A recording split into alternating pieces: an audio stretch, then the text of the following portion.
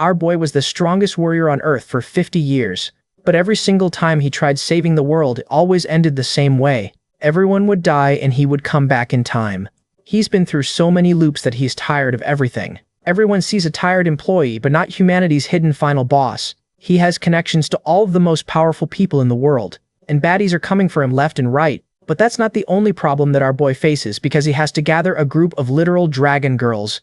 Each one is different, and all of them are crazy in love with our boy. Although he has his limits, especially with the 10-year-old girl, he ain't trying to pedo max. Eventually our boy gathers all of the girl dragons in one place. The girls knew each other for hundreds of years and finally are reuniting together. And he knows exactly what each one needs the most. So eventually they all start living together in the same apartment, which is not how you would imagine. Our teenager red dragon girl is the most aggressive out of all of them, going after random teens. She doesn't have anything to do all day inside the apartment. So instead she trying to goon max every single day non-stop to do something with all her energy. Then our boy picks up the youngest dragon that is 2 years old. At this point our boy is tired of holding a daycare and angry teenagers. So he hires an evil demon lord armor spirit to help around the house. The armor claims it has a will, but our boy just takes control of it. And now the high demon armor has been reduced to a lowly maid who gets abused by these baddies all day long. The girls start trying to think about how to rizz our boy up in the meantime. The green dragon pulls the classic bikini outfit try-on and our boy is unfazed still. She keeps clinging to him, but he gives no reaction and is too tired for her shit.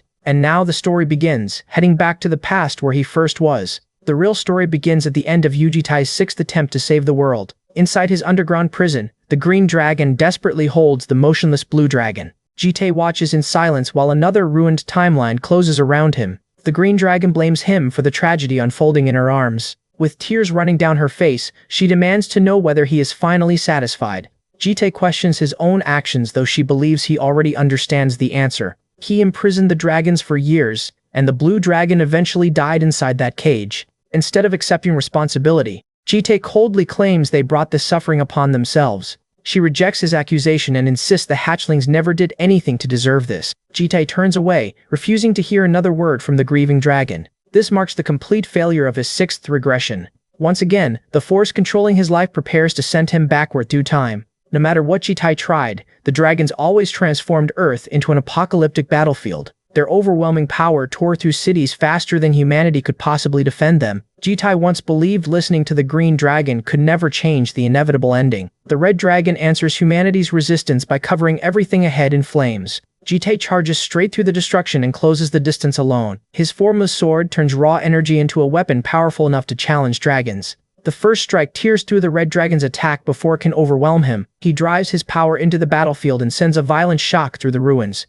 Several blades of energy scatter outward and strike from every direction. A massive collision erupts as his technique crashes into the approaching dragons. Jitai lands among the flames with barely enough time to regain his footing. More dragons immediately surround him, proving this battle was nowhere near finished. He swings again and forces the red dragon away before it can attack. The green and gold dragons rush forward, only to meet the same invisible blade. Even the remaining dragons are pushed back as Jitai cuts through their formation. He stands alone above the burning city, exhausted but unwilling to surrender. The cruel truth is that defeating one dragon means nothing when countless others remain. The world finally declares Earth an abnormal region consumed by the apocalypse. With humanity defeated, Jitai's highest authority activates and begins reversing the world's clock. Golden light wraps around his body as the destroyed timeline starts collapsing backward. Jitai keeps his eyes open, watching another lifetime disappear without any emotion left. A moment later, he calmly closes them and accepts the regression. The clock announces that the world will begin again,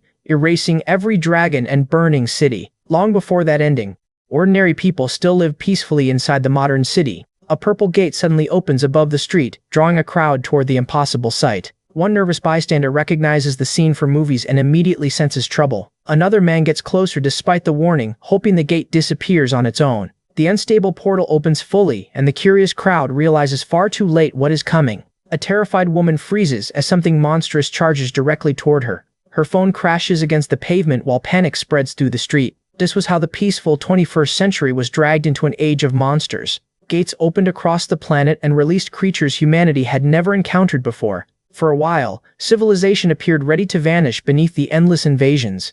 Then certain humans awakened extraordinary abilities and created the first real spark of resistance. Humanity named this transformation the New Genesis and began rebuilding around its awakened fighters. Young hunters with exceptional potential were gathered inside an artificial nation called Shelter. That sanctuary eventually became World Academy City, better known as Lair. Years later, an armed criminal holds a civilian hostage and orders everyone to stay back. Several officers surround him, but none can attack without placing the woman in greater danger. A quiet pair of footsteps approaches from behind before the criminal notices anything. Jitae appears beside him and calmly asks whether he heard the order to surrender. The criminal panics after realizing someone reached his blind spot without making a sound. Before the others can react, Jitae tears through the entire group in seconds. He corrects the criminal's insult and explains that he is a police officer. The correction comes with enough force to remove any desire for a second argument. Jitae drives the final attacker into the ground and ends the hostage situation instantly. The criminal remains buried in the broken pavement while Jitae checks his hand. This unreasonably strong officer is Yu Jitae of the Lair Metropolitan Police Station.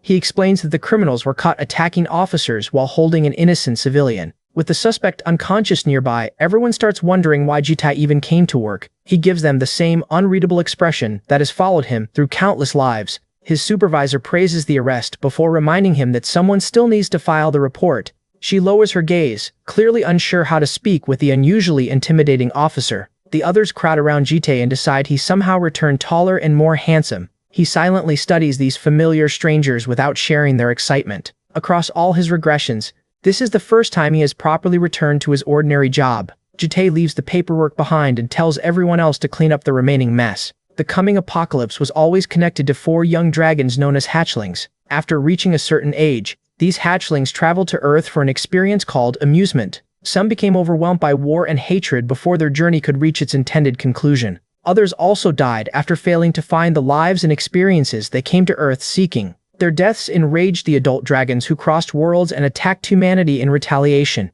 Jitae repeated his life and became impossibly strong, yet one man could never defend the entire planet. That is why his 7th regression will follow a completely different plan. A coworker invites him to dinner, mentioning a good restaurant that recently opened nearby. His supervisor also tries to join them before remembering she already has somewhere else to be. Jitae ignores the invitation and reveals that his next destination is Europe. His search takes him across the continent to Florence, Italy. Inside a peaceful garden, the green dragon happily spends her afternoon playing with children. She gently places a flower crown onto one girl's head and earns a delighted smile. The children gather around her, completely unaware that their new friend is a dragon. She waves goodbye as they run away, while Jitae quietly watches from behind. After 6 failed worlds, he has finally reached the first target of his new plan. Jitae walks up behind the green dragon and greets her without any introduction. She stops immediately, sensing something unusual about the stranger standing nearby. Jitae looks directly into her eyes and tells her that she needs to come with him. Jitae begins with a simple greeting, giving the green dragon no reason to panic yet. She cautiously turns around and studies the intimidating stranger who approached her from behind.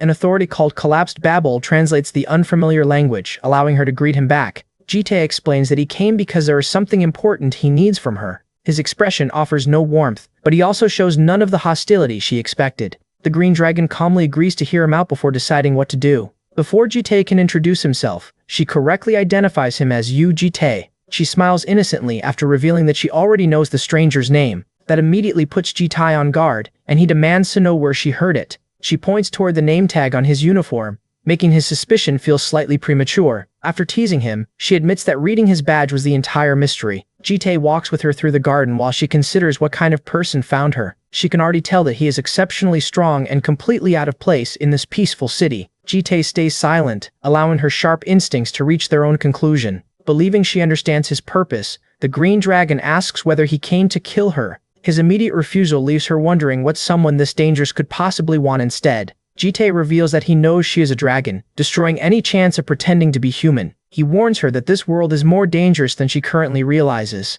Green dragons possess an unusual connection to providence, making them quicker than other clans at understanding threatening situations.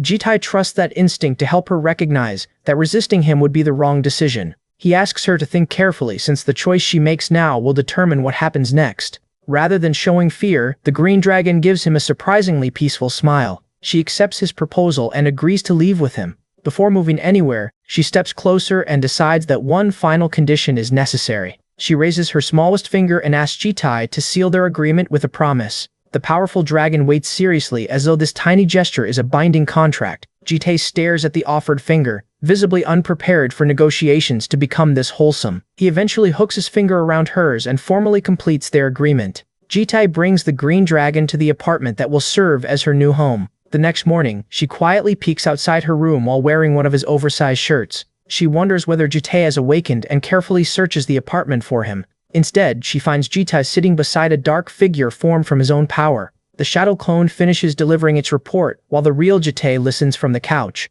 Once its assignment is complete, the clone accepts his command and dissolves back into darkness. Jitae approaches the confused dragon after finishing his work for the morning. She cannot understand how the clone looked and sounded exactly the same as him. Her surprise quickly becomes curiosity as she tries to understand another one of his strange abilities. Jitae explains that the clone shares his abilities, so its work is effectively still his own. That explanation satisfies her immediately, even though it raises several more reasonable questions. She joins him on the couch and eagerly claims one of the enormous cushions. Jitae barely reacts when she settles beside him and buries herself behind the pillow. The soft cushion instantly wins her approval and makes the unfamiliar apartment feel more comfortable. Jitae asks why she is putting so much energy into hugging an ordinary pillow. She insists that squeezing something soft improves a person's mood and encourages him to try it. Her cheerful demonstration ends when hunger suddenly drains the energy from her body. She looks toward Jitae and quietly admits that she needs something to eat. Their first proper trip together takes them to a nearby shopping center called S-Mart. The massive building contains everything needed to prepare the dragon for an ordinary human life.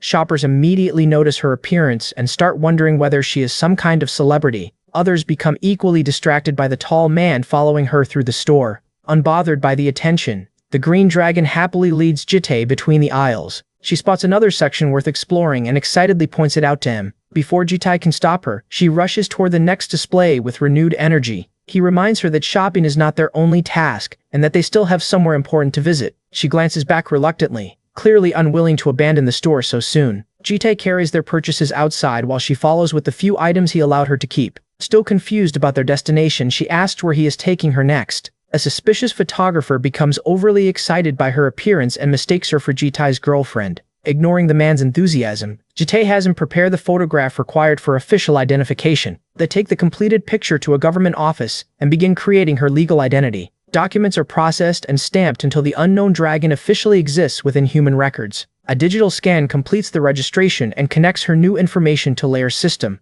The green dragon receives a resident card identifying her as U-Bomb. Jitae tells her to keep the card safe, since she will need it to function normally in society. She repeats the unfamiliar name and wonders why he specifically chose Bomb. Jitae explains that Bomb means spring, one of the 4 seasons represented by the young dragons. The meaning immediately wins her over and she proudly accepts U-Bomb as her human name. Walking beneath the blossoms, Bomb calls spring a beautiful season, where new life enters the world. Her gentle smile makes her appear harmless, but Jitae refuses to lower his guard. Even now, his instincts continue warning him that the innocent girl beside him is dangerous. Jitae knows green dragons can sense providence, meaning Bomb may already see more than she admits. Her ability to understand people is likely sharper than anyone else's in this world. Jitae finally asks why she agreed to follow a suspicious stranger without resisting. Bomb smiles as though the answer has been obvious since the moment they met. Instead of explaining everything, she grabs his hand and cheerfully asks him to take her home. Jitae watches the falling petals while considering how smoothly his new plan has begun. For the first time in 7 lives, he allows himself to believe that this beginning is not bad. Far away in an African wasteland, another young dragon spends her night hunting violent criminals. The red-haired girl stands over a defeated attacker and mocks the disappointing resistance he offered. Despite being unable to fight back, the wounded man threatens that she will never escape unharmed. The red dragon answers by knocking him down again before he can finish his warning. She casually checks whether he is still conscious after ending the encounter. Satisfied with the result, she celebrates shaving several minutes from her usual completion time. Placing her mask back over her face, the red dragon eagerly searches for her next opponent. News of the African conflict spreads worldwide as the mysterious night hunter continues battling Barkada alone. Back at home, Jitae reads the reports and realizes the second dragon has already made herself impossible to ignore. He decides he will need to leave again soon and personally bring her under control. For now, Jitae faces a more immediate threat in the form of Bomb's latest attempt at cooking. The male smells so dangerous that even someone who survived 6 apocalypses hesitates before approaching it. Bomb proudly explains that she combined roasted sweet potatoes with rice for her first homemade dinner. The food appears to be begging for mercy, but Jitae still forces himself to taste it. While they eat, he tells Bomb that he will travel to Africa the following day. She immediately understands that he is going there to find the red dragon. Jite confirms his plan and asks whether Bomb would be willing to help convince her. The red dragon is unlikely to trust him, so Bomb may be the only person capable of reaching her peacefully. Bomb explains that red dragons differ greatly from her own clan and naturally seek war, violence, and challenges to their strength. Jite already knows persuading someone like that will be difficult, but force cannot be his first answer this time. In the previous timeline, the red dragon eventually became powerful enough to stand among the world's strongest beings. Jite remembers exactly how destructive she can become when her desire for battle grows unchecked. Bomb finds his request interesting since Jite normally behaves as though he never needs anyone's help. He gives her the same silent stare that usually ends conversations without answering anything. She agrees to assist him, though she also makes it clear that she does not want the red dragon to die. Bomb raises one finger and insists that Jite must promise to bring her home safely. The request stirs his power as he considers how dangerous that promise could become. Even so, Jite accepts since protecting the hatchlings is the entire purpose of this regression. Bomb smiles after securing another promise from the man who thought he was controlling the conversation. Meanwhile in Africa, Night Hunter has already defeated another large group of Barkada soldiers. One wounded fighter remains conscious and watches helplessly as she walks through the aftermath. The masked red dragon rests her weapon on her shoulder and asks whether anyone still wants another round. Two surviving soldiers hide nearby and consider escaping before she notices them. They warn each other not to challenge the girl after seeing what she did to everyone outside. One soldier orders the other to stay quiet, but their hiding place has already been discovered. Night Hunter suddenly appears above the wall and asks what they are whispering about. She attacks before they can respond and tears through their position in a single motion. A flash of golden light abruptly crosses her path and warns her that someone much stronger has arrived. The incoming strike collides with her weapon and sends a violent burst of energy across the battlefield. Night Hunter barely holds her ground as the unfamiliar mana overwhelms everything around her. Her opponent catches the weapon directly, stopping the attack before it can reach him. With one powerful counter, he sends the red dragon crashing away from the remaining soldiers. The Barkada fighters realize that the newcomer casually destroyed the mana protecting her weapon. The armored man orders them to leave while he deals with Night Hunter himself. He is Javier Karma, the 8th-ranked superhuman affiliated with the South African Union. Golden power burns around Javier as he studies the young vigilante who has been disrupting the war. Night Hunter recovers quickly and smiles after finally meeting an opponent who might entertain her. Javier admits that he expected a dangerous criminal, not someone younger than he imagined. She removes her mask and jokes that he sounds disappointed after seeing her face. The red dragon introduces herself with complete confidence and prepares to continue the fight. Rather than surrender, she declares that dying in battle would be better than walking away. Red mana floods through her body as she charges directly at Javier. She swings with enough force to drive him backward and follows before he can reset his stance. Night Hunter keeps attacking from different angles, searching for any opening in his defense. She throws a reckless strike toward the most vulnerable target available, proving that fair play was never part of her plan. When Javier remains unfazed, her confidence gives way to genuine surprise. Her fist connects with his armor, but his reinforced body barely reacts to the impact. Javier explains that her previous opponents were weaker and tells her this battle will not be nearly as easy. His calm response makes it clear that he has been measuring her strength from the beginning. He grips his enormous weapon and refuses to continue participating in her games. Before Night Hunter can retreat, Javier swings and unleashes another wave of golden energy. The technique forms the Sword of Ra, filling the ruined street with concentrated divine power. She crosses both arms and pours every available ounce of mana into protecting herself. The golden strike tears through the battlefield and completely overwhelms her defense. Night Hunter is thrown into a wall as the surrounding buildings shake from the impact. Javier lowers his weapon and waits for the dust to settle around the crater. He soon notices movement near the shattered wall and realizes the fight has gained another participant. Before Javier can pursue, Bomb reaches Night Hunter and pulls her away from immediate danger. The red dragon stares at the unfamiliar girl, confused by both the rescue and her strangely familiar presence. Bomb begins healing her injuries while scolding her for choosing battles she cannot win. Night Hunter tries to push her away, but her battered body refuses to cooperate. Bomb calmly warns that continuing in this condition will get her killed. Green light spreads from Bomb's hands and begins repairing the damage from Javier's attack. She asks the red dragon to work with her so they can remain safely on Earth together. Night Hunter falls silent, clearly unsure how to respond to such a sincere invitation. Bomb warns that Javier will catch them quickly, so they need to leave before he attacks again. Despite the danger, she remains confident that the situation is already under control. Jite steps onto the battlefield and reveals that Bomb did not come to Africa alone. Javier turns toward the new arrival, sensing that this man is far more dangerous than Night Hunter. Jitai quietly examines the 8th-ranked superhuman standing between him and the red dragon. Javier mistakes him for a guardian and asks whether he is the girl's chaperone. Far from the African battlefield, another hatchling senses a familiar presence carry through the air. Jitai has already reached the forest where the next dragon is quietly waiting. A cheerful blonde girl approaches and directly asks him who he is. After studying his expression, the gold dragon decides that Jitai does not seem like a bad man. Jitai silently studies Javier after being mistaken for the girl's guardian. He calmly confirms that he is their chaperone. Javier repeats the word in disbelief, apparently expecting almost any other explanation. Yuriam asks whether this is the man Bomb mentioned, while Bomb warns her to stay back. Javier stiffens as Jitai refuses to show him the slightest respect. He admits Yuriam killed nobody, but her interference has crossed a line San cannot ignore. The investigator warns Jitai to stop treating the situation as a game. Jitai remains unmoved and makes it clear that neither girl will be arrested. Javier tightens his grip as golden energy begins gathering around his weapon. Since they stand inside San territory, he believes the authority to decide belongs entirely to him. Javier activates his power and declares that both Yuriam and her supposed chaperone are under arrest. He launches himself forward and brings the burning blade down on Jitai. The strike erupts across the battlefield with enough force to swallow the entire street. Golden energy crashes through the surrounding ruins and sends debris flying in every direction. Javier stands inside the crater, certain that his overwhelming attack settled the matter. Instead, Jitai emerges behind him surrounded by dark energy and quietly calls the situation frustrating.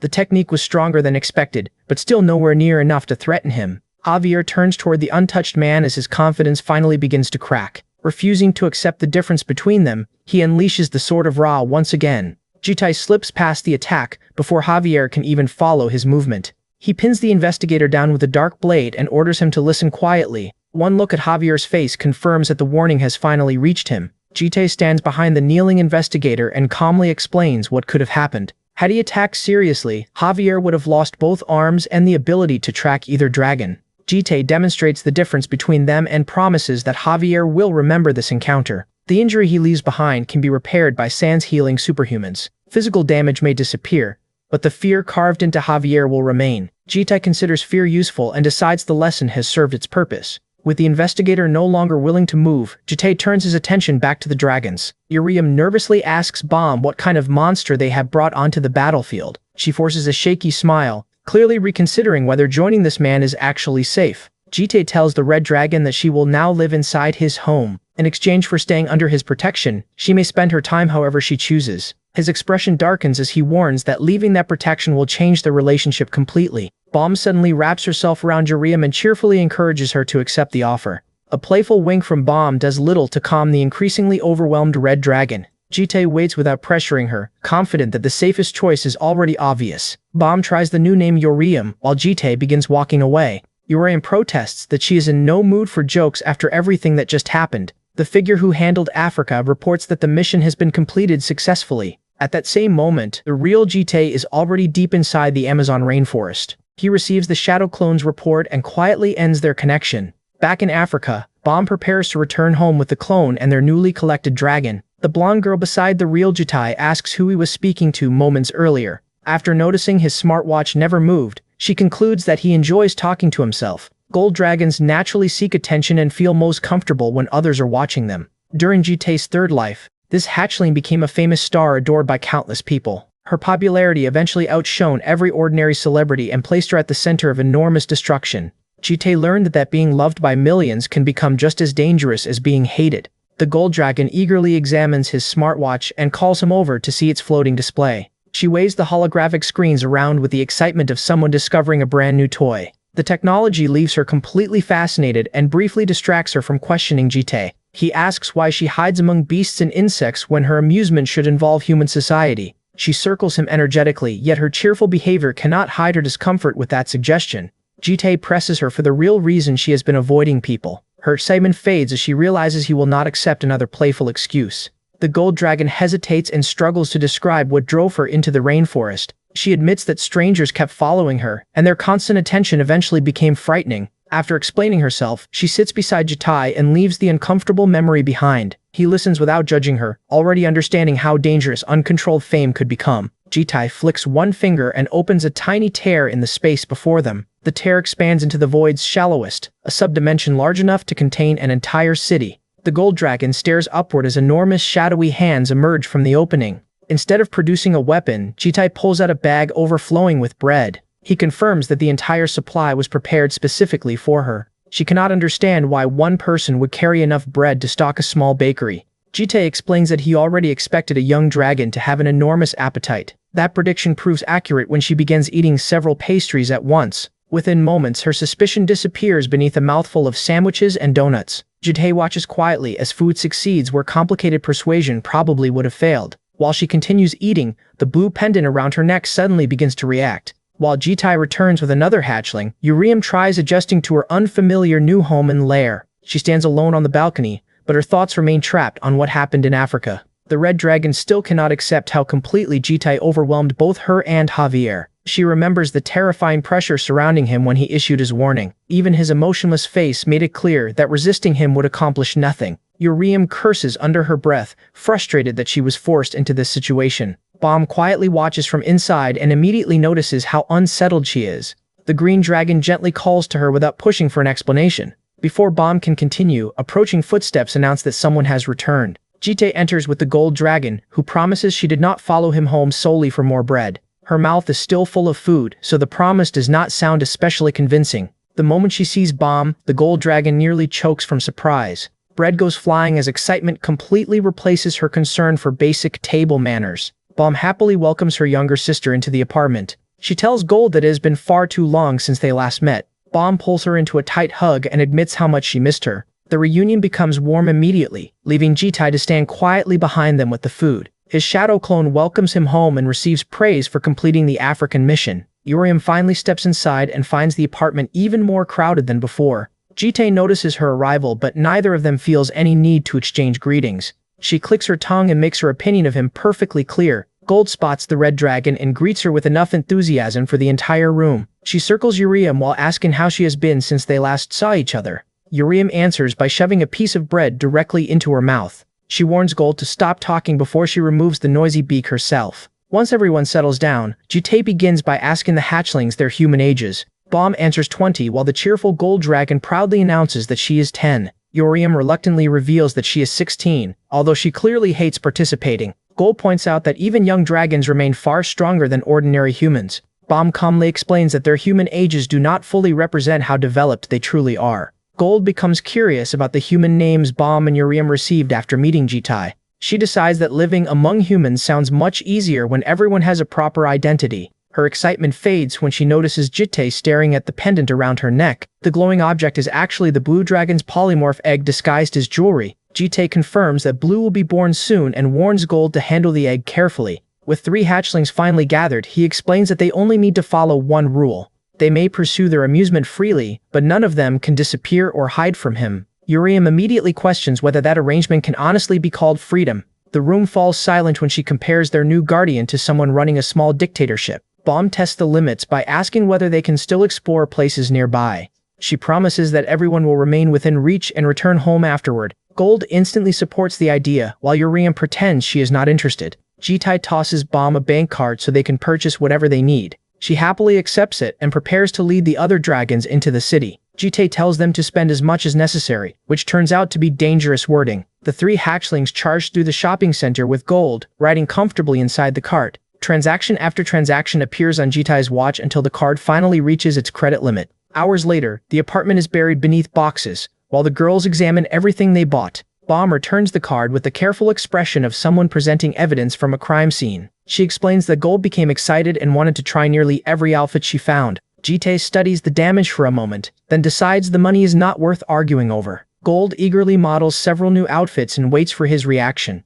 She proudly explains that each one was simply too pretty to leave behind. Uriam watches the fashion show with the expression of someone questioning every decision that led here. Gold keeps celebrating her purchases while Uriam prepares to reveal what she selected. The red dragon raises a long training sword, clearly satisfied with her far more practical choice. She announces that this was the only item in the entire store that genuinely interested her. Gold makes one careless comment and immediately gets chased around the apartment for it. While those two continue arguing, Jitai turns toward the only dragon who has remained quiet. He asks Bomb what she purchased for herself during the trip. Her answer is waiting on the kitchen counter inside a small clay pot. Instead of expensive clothing, Bomb chose a tiny plant she wants to raise. She carries it toward Jitai and explains that caring for it will become part of her experience. Bohm places the pot beside him and promises that the little plant will eventually flower. Even after the flower disappears, she believes the memory will remain with her forever. Jitai notices the weight behind that word and realizes something is still troubling her. Bohm admits she is curious whether amusement can truly be fulfilled while living under his supervision.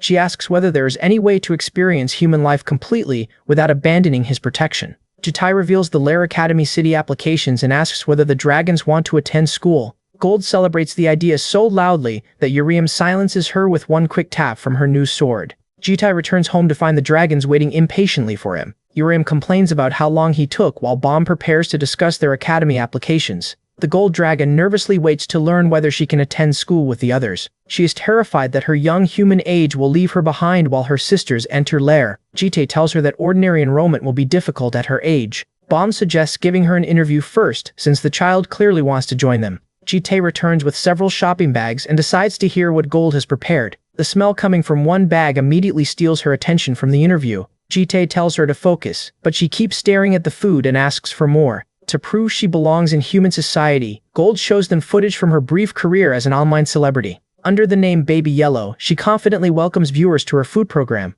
The host praises her popularity while Gold admits she mainly enjoys getting free meals. Professional chefs even prepare dishes on demand for her broadcasts. When asked about her favorite food, Gold explains that she survived on morning dew before reaching Earth. Now that she's tasted human cooking, choosing only one favorite feels completely impossible. Her latest obsession is fried chicken covered in enough sauce to brighten the entire table. Back in the apartment, Gold stares at the food with tears of pure happiness. She immediately declares fried chicken her new favorite until another meal inevitably replaces it. Jitai leaves the girls to eat while Bohm assures him they will be fine. She watches him go with a faint blush that she quickly tries to hide. Later that night, Jitai steps onto the balcony and receives an unexpected call. The caller introduces himself as an official from Lair's admissions department. Their application has been reviewed, but the academy has several concerns about the unusual household. The official questions whether Jitai truly intends to serve as guardian for all three applicants. Jitai confirms the arrangement without offering any unnecessary explanation. Inside the admissions office, the staff consider assigning him a position during the entrance ceremony.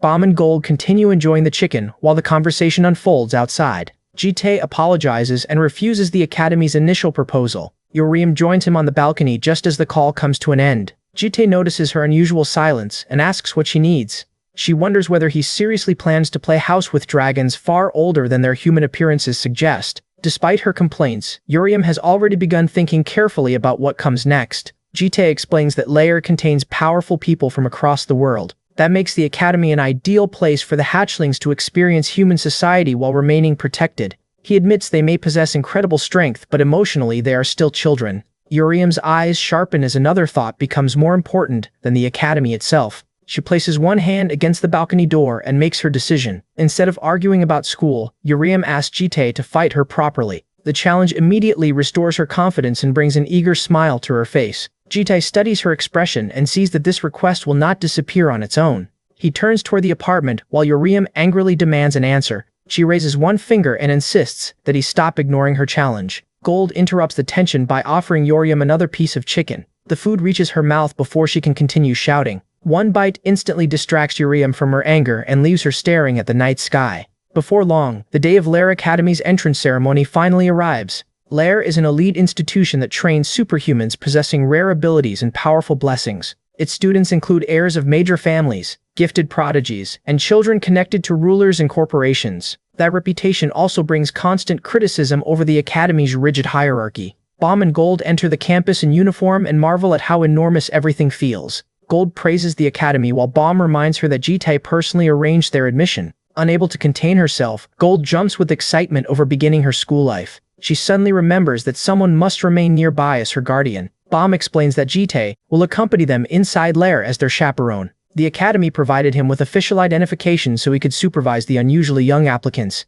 Bohm believes the arrangement should allow them to enjoy school without violating Jitai's rules. Gold celebrates even harder after learning their intimidating guardian will be joining them. The excitement disappears when she realizes how much attention they are already attracting. Bohm notices the staring students and tries to reassure her nervous sister. Their unusual appearance quickly becomes the center of whispered conversations across the courtyard. Elsewhere, the Blue Dragon School's entrance ceremony begins inside the massive Kan Tien Pavilion. Cadets demonstrate their skills through intense sparring matches before the gathered audience. Each exchange is treated as an early chance to establish status among the incoming students. The stadium shakes with applause as another match ends inside the arena. Jite watches from the audience while the crowd reacts loudly around him. A pale-haired man nearby notices the unfamiliar guardian sitting among the academy officials. He politely approaches and asks Jite to identify himself. The man introduces himself as Vivian, a professor from the Blue Dragon School. Other spectators assume Jite must be an important instructor or distinguished guest.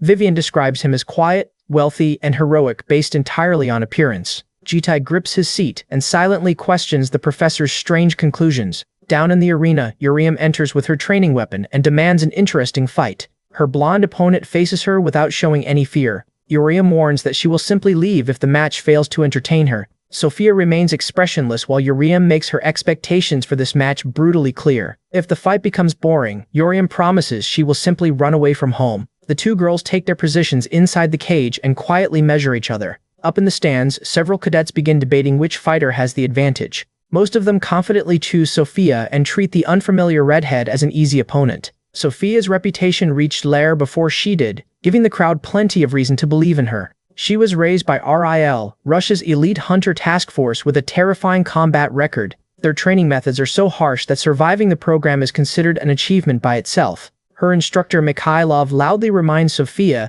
that everyone expects her to dominate this match. Academy staff immediately drag him away from the cage before he disrupts the ceremony any further. Sophia watches the embarrassing scene with the tired expression of someone who has seen it many times. Uriam notices her annoyance and starts smiling before the fight has even begun. Sophia warns the Red Dragon not to underestimate the danger standing in front of her. She says Uriam could genuinely die, but that only makes the dragon more interested. The surrounding cadets fall quiet as the tension between both fighters finally becomes real. Jite watches from the audience and waits to see how much strength Uriam will reveal. Both girls raise their guards while the referee prepares to start the match. The signal sounds and removes the final barrier between them. Sophia attacks first and closes the distance before most spectators can follow her movement. She drives forward with a compact strike meant to test Uriam's reactions immediately. Uriam catches her wrist and discovers that Sophia's opening speed was only the beginning. The dragon counters with her bat, forcing Sophia to abandon the direct exchange. Sophia reads the swing at the last moment and shifts away from its path. She slips beneath the weapon and creates enough space to prepare her next technique.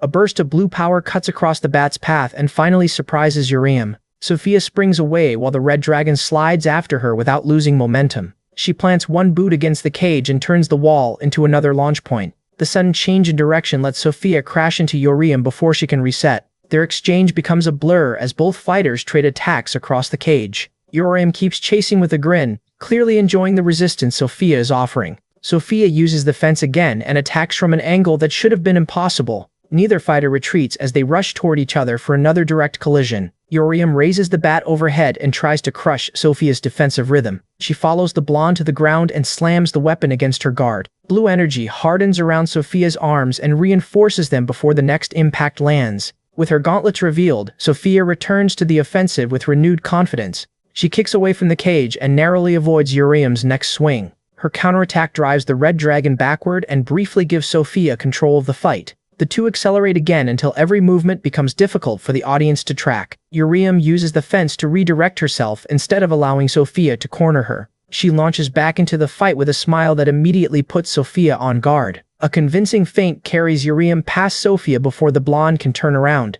Sophia realizes too late that the dragon has been controlling their pace from the beginning. Uriam admits she was only playing along and finally begins attacking seriously. One clean strike destroys Sophia's momentum and leaves her unable to continue pressing forward. Uriam stands over her and mocks the strength that everyone had been praising. The match is stopped as Mikhailov rushes toward Sophia and Uriam begins walking away. The audience struggles to understand how their overwhelming favorite lost so decisively. One cadet awkwardly reconsiders every confident prediction he made before the match. The crowd quickly decides that Sophia must have been overrated instead of accepting Uriam's strength. A medic examines Sophia while Mikhailov kneels nearby and watches her condition carefully. Sophia lowers her head and refuses to accept that the fight has truly ended. The medic explains that both of her arms are fractured and require immediate treatment. Sophia clenches her fist anyway, letting humiliation overpower the pain running through her body. She tries to rise despite her shaking limbs and insists that she can still fight. Mikhailov watches her determination and answers with a faint smile. He tells Sophia that she did her best and should accept the result with pride. Instead of comforting her, those words make the defeat feel even more unbearable. Mikolov assures her that she has become stronger since entering his care. The medic tries to continue treatment, but Sophia has already stopped listening to either adult. She convinces herself that she never surrendered and was only pushed backward for a moment. Blue energy gathers around her clenched hand as she forces her damaged body to move again. Uriam senses something behind her and pauses before leaving the cage. Sophia suddenly attacks again even though the match has already been declared over. Her blue power catches Uriam from behind and prevents the dragon from walking away. Jitai silently watches the illegal attack and recognizes that Sophia has completely lost control. Sophia pours all her humiliation into one final assault, while Uriam curses at the surprise. She screams at Uriam and commits everything she has to the reckless follow-up attack. The entire audience recoils as Sophia continues attacking even though the match is already over. Professor Vivian and Mikhailov rise immediately, realizing the situation has gone far beyond a simple spar. Jitai remains seated and silently watches how Uriam chooses to respond. Sophia wraps herself in blue energy and drives Uriam straight across the cage. Their collision sends both girls crashing down while the shocked spectators scramble backward. Uriam calmly removes the blade Sophia drove into her side during the attack. Instead of frightening her, the injury finally gives Uriam a reason to stop holding back. Sophia notices the smile on her face and realizes she may have pushed the wrong person. Even so, Sophia gathers more power and rushes forward for another desperate attack. Uriam avoids the energy strike and immediately slips into Sophia's blind spot. She catches Sophia by the hair before the blonde can escape again. Sophia struggles against her grip, but her damaged arms no longer have enough strength. Uriam declares that Sophia has crossed the final line and prepares to finish their dispute. One heavy blow destroys Sophia's remaining defense and leaves her unable to resist. The nearby cadets panic and start begging someone to stop the red dragon. Uriam throws Sophia across the arena and sends several spectators diving out of the way. Sophia lands unconscious while the crowd finally understands the difference between their strength. Uriam retrieves the blade and decides Sophia should receive exactly what she gave. Still burning with anger, she promises to return every bit of pain from the surprise attack. Before she can move, a powerful hand closes around her wrist and stops the blade. Mikhailov restrains Uriam and furiously orders her to release the weapon. Professor Vivian announces that the entrance evaluation is paused until everyone calms down. He raises one hand and spreads his blue authority throughout the surrounding arena. The ability creates an overlap space that separates the conflict from the frightened audience. With the dangerous area contained, Uriam finally lets the blade fall from her hand. Mikhailov reminds her that Sophia attacked first, but demands to know why she tried killing her. Uriam fires back that someone of his strength could have stopped Sophia much earlier. Vivian steps between them and calmly prevents the argument from turning into another fight. He explains that Mikhailov panicked after seeing the student he raised placed in genuine danger. Uriam refuses to accept that concern as an excuse for allowing Sophia's illegal attack. Still angry, she begins realizing that the professor is trying to explain something larger. Vivian warns that reckless violence can spread beyond the people directly involved. He asks whether Uriam truly believes she is the only member of her new family. The question brings Baum and Gold to mind, both of whom could suffer from Uriam's choices. Vivian asks how she would feel if the people beside her were harmed because of this. His gentle smile makes it difficult for Uriam to dismiss the warning as another lecture. He also points toward Jite and identifies him as the guardian responsible for her actions. Uriam looks across the arena and finds Jitai watching her without saying anything. For the first time since the attack began, she has no angry response prepared. Uriam finally lowers her gaze and allows the situation to end without further violence. Once the arena settles, the Academy moves the remaining dispute into a private office. Jite sits across from Mikhailov while Vivian positions himself between both intimidating men. The professor opens the discussion with a polite smile and tries keeping the atmosphere civil. Privately, Vivian suspects Jite is a high-ranking superhuman after seeing him enter the overlap space so easily. What troubles him is that neither Jite nor his unusual household appears in any familiar records. Vivian decides the Academy will need to observe them carefully without creating unnecessary hostility. Across the table, Mikhailov and Jite exchange a silence that already feels more threatening than shouting. Meanwhile, Sophia wakes inside the infirmary and curses the result through clenched teeth. Vivian suggests keeping the incident contained since exposing it would damage everyone involved. Mikhailov remains quiet, clearly unhappy that his student is being treated as the main aggressor. After a long breath, he finally prepares an explanation for Sophia's behavior. He claims she is still young and allowed her humiliation to overpower her judgment. Jite answers that losing control does not erase responsibility for what she attempted. Mikhailov slams both hands onto the table when Jite refuses to simply overlook the attack. He loudly demands whether Jitai understands the organization standing behind him. Jitai calmly asks whether Mikhailov is officially threatening his family. That calm response only makes the furious instructor raise his voice even further. Vivian nervously tries to soften the conversation before the academy needs a second repair bill. Mikhailov boasts about his standing and assumes Jitai must finally understand the danger. His anger grows when Jitai continues looking completely unimpressed.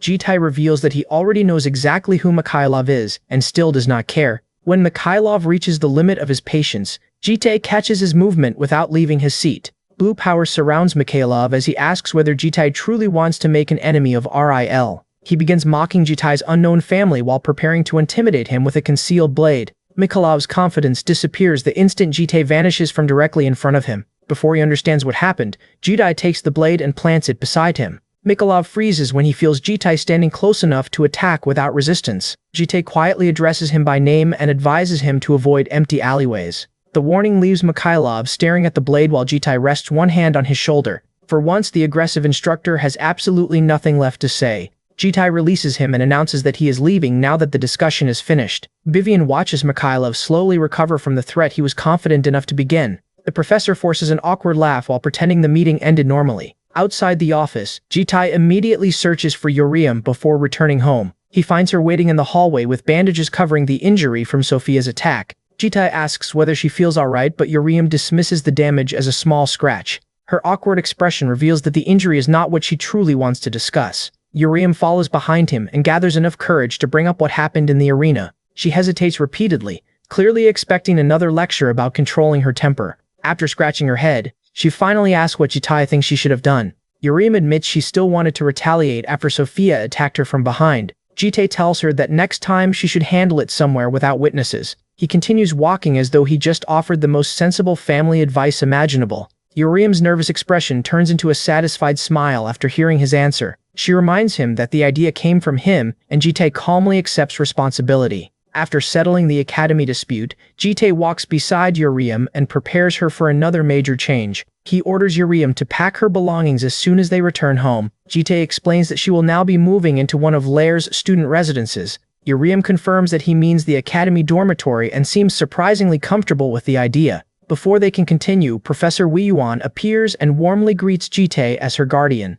The professor asks him to wait since he has something important to discuss. Uriam assumes another lecture is coming and immediately says she has heard enough nagging. Weiyuan assures her that this is actually an opportunity rather than another punishment. He wants Uriam to become the freshman representative of their school. Weiyuan presents the position as a valuable chance to become the face of Blue Dragon School. Jitai's expression hardens, since he understands far more about this professor than Uriam does. Behind Weiyuan's pleasant smile is a nature that Jitai has distrusted across several lifetimes. Long ago, Jitai learned that both he and Weiyuan belong to a dangerous group called demonic humans. Weiyuan carries the same unnatural darkness beneath his calm appearance. Unlike ordinary superhumans, demonic humans receive their power through contact with the void. That power feeds upon destructive emotions and pushes its owners toward rage and violence. Their clashes during earlier regressions left Jitai with more than enough reason to hate him. From their first meeting, Jitai imagined eliminating Weiyuan countless times. The same thought returns now as he silently watches the professor speak. Still, Jitai suppresses the impulse just as he has done many times before. Weiyuan still carries responsibilities that matter to the future, so removing him now would only damage Jitai's plan. Instead of deciding for Uriam, Jitai explains that he is merely her guardian and the choice belongs to her. Weiyuan happily turns towards Uriam and asks whether she will accept the position. She stares at the professor without sharing any of his excitement. Weiyuan even takes her hand and dramatically invites her to help shape the school's future. Uriam responds with a completely unceremonious refusal. The professor struggles to understand why she rejected what he considered an incredible offer. Uriam repeats that she is not interested and begins walking away. She refuses to provide some grand explanation when saying no already answered everything. Weiyuan remains frozen in the hallway after his carefully prepared proposal collapses immediately. Uriam yawns as she leaves, showing exactly how little the prestigious position meant to her. After recovering from the rejection, Weiyuan's cheerful smile takes on a slightly unsettling edge. He watches Uriam from above and begins considering another way to influence her decision. Jitai asks whether she truly turned the professor down, and Uriam confirms it without hesitation. Outside the building, a large crowd is already gathered around the academy entrance. Weiyuan explains that Uriam's match has made her the most talked-about freshman on campus. Jitai accompanies her downstairs while the professor follows closely behind. Yoriam laughs awkwardly once she realizes the attention waiting outside is entirely for her. Wei Wan remains behind and silently watches his rejected candidate leave. He can only hope Yoriam will not regret refusing the opportunity he offered. One reporter spots the red-haired freshman and immediately alerts everyone nearby. The entire crowd rushes forward with questions about her match and the academy incident. Cameras and microphones surround Yoriam before she has time to escape. A reporter pushes closer and demands an explanation for her unusual behavior during the evaluation. Another asks why Yoriam chose Blue Dragon School when every academy division wanted strong recruits. Jitai stays behind her and waits to hear whether she can produce a respectable answer. Yoriam calmly takes the recording device herself and prepares to address the crowd. With a proud grin, she explains that Blue Dragon School simply looked sexy. Once the interviews are finished, the dragons begin their new lives inside Lair. Their residence is a spacious private dormitory built within the academy grounds. The gold dragon enters with sparkling eyes and immediately falls in love with the building. She and Yoriam race through the common area to inspect every room. Gold charges upstairs and loudly claims the best bedroom before anyone else can reach it. She slowly opens one door and peeks inside to judge whether her choice was worthy. The enormous room instantly exceeds every expectation she had. Gold throws herself across the furniture and celebrates her successful room selection. She admires her reflection and decides the luxurious space suits her perfectly.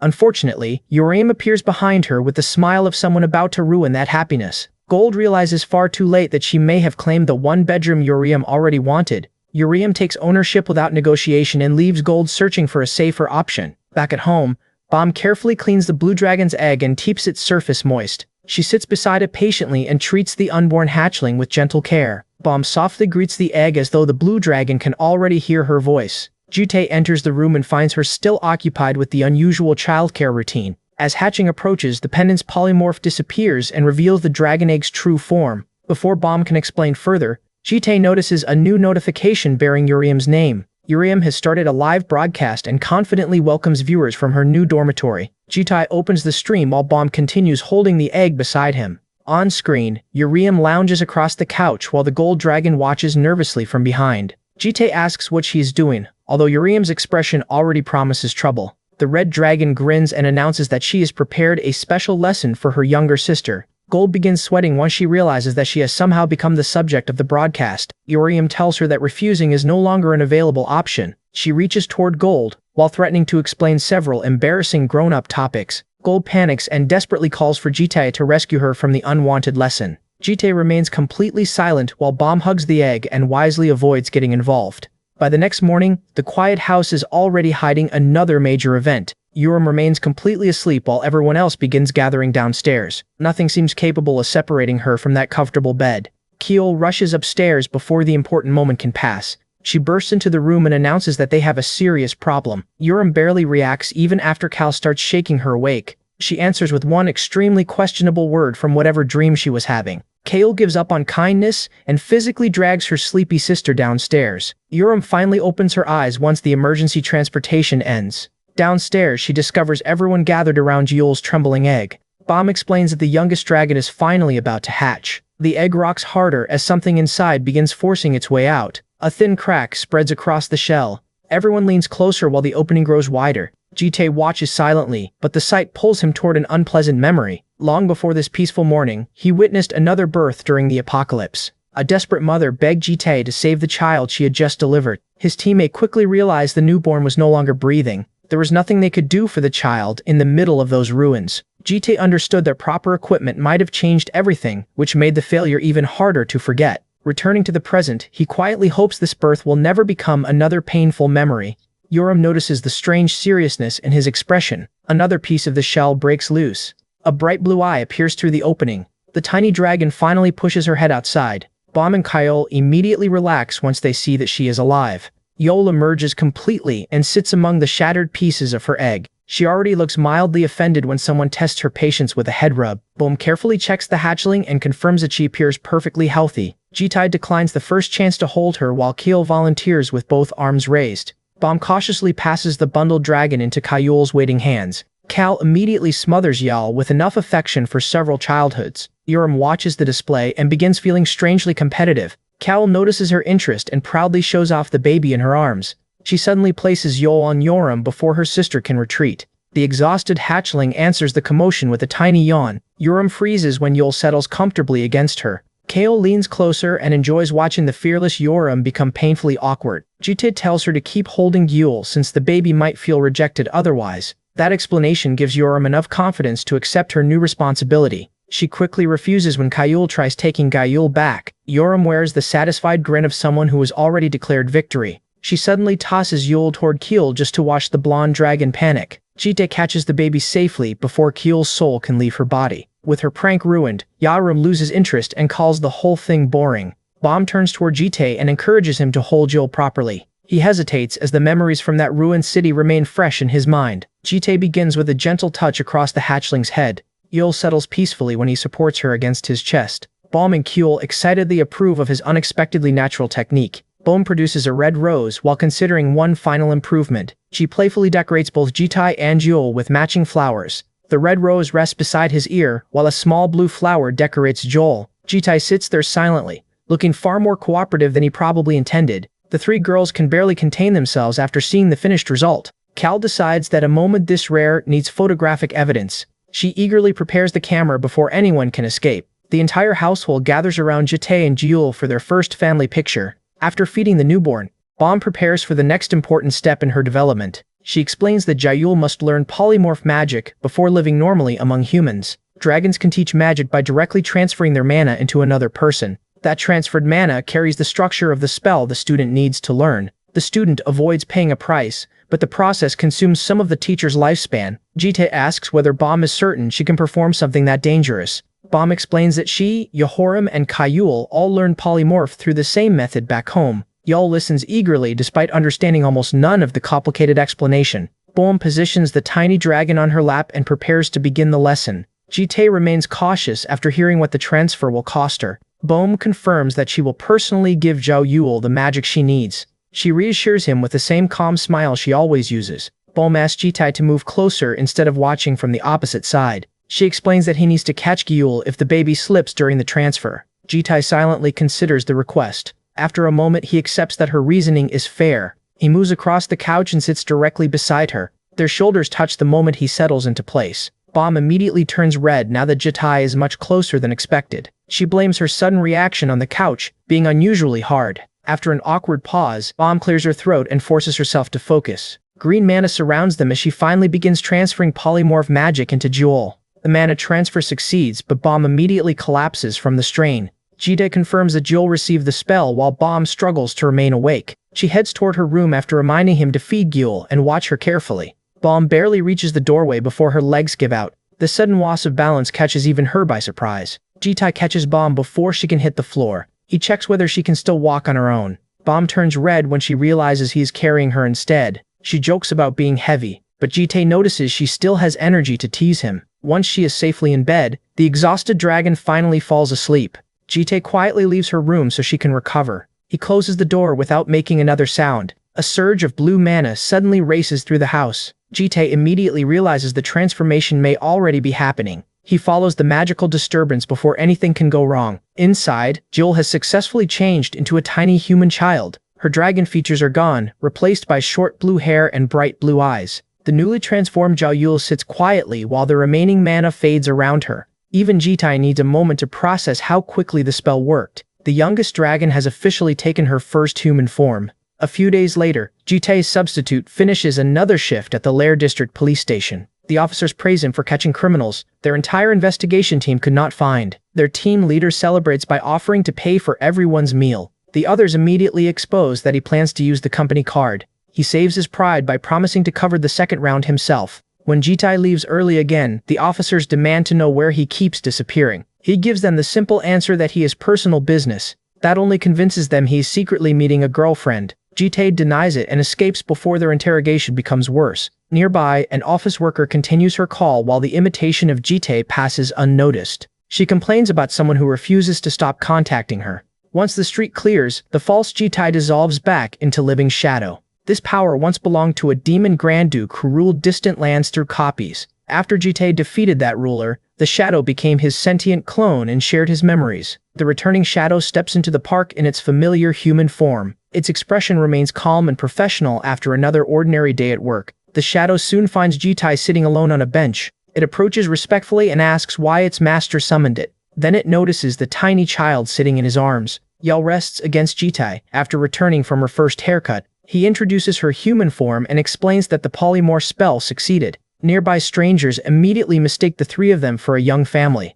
The shadow offers to hold Yule and lighten Jitai's burden. Yule answers the offer with an unmistakably suspicious glare. That tiny rejection leaves the usually composed shadow genuinely confused. It sits beside Jitai and asks why he brought Yule outside. The child wanders toward the flowers while the adults continue talking. Jitai explains that Bomb is bedridden from the after effects of transferring mana. Meanwhile, Yoram and Kayul are still fighting over who gets to take Yule shopping. Removing the child from that argument was easily the safest option. The shadow hesitates before admitting that this new life feels strange. It has no complaint, but it has started questioning the purpose of its current mission. Every previous master used it for work that carried obvious power and consequence. Those assignments involved eliminating dangerous targets or extending authority across distant places. Compared with that history, reporting to a police office feels almost meaningless. The shadow cannot understand why Jitai values such an ordinary routine. He accepts the concern since the clone is a thinking being with its own perspective. Jitai promises that an important task is waiting for it in the near future.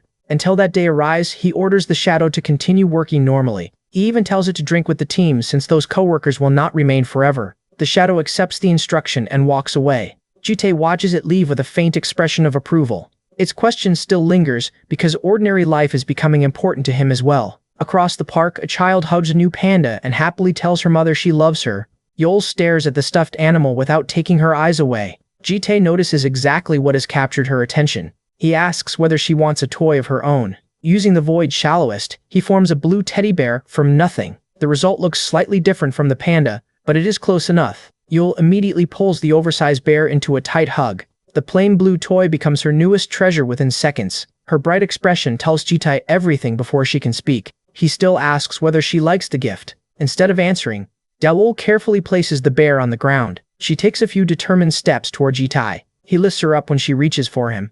Yol studies his face with complete concentration. She places both hands against his cheeks and pulls him closer. The park grows quiet as a gentle wind moves through the trees. Yol presses her forehead against his and begins gathering mana. Jitai realizes she is attempting the same transfer Bomb performed earlier. To Yul, sharing mana has already become a way of showing affection. The innocent gesture drags Jitai toward memories where power only brought suffering. For countless lives, every connection around him ended in conflict or loss. He survived by treating enemies as obstacles and allies as temporary pieces. Even overwhelming victory only carried him toward another ruined ending. The golden clock always turned backward and forced him to begin again. Now he stands in a peaceful park with a child trying to give him warmth. Yol pulls back in confusion when Jitai remains silent. He frontally smiles and holds her closer, accepting the affection without needing an explanation. As evening settles over the district, Jitai leads Gao home while she drags her new blue bear behind her. He checks on her quietly, still adjusting to how small she looks in a human body.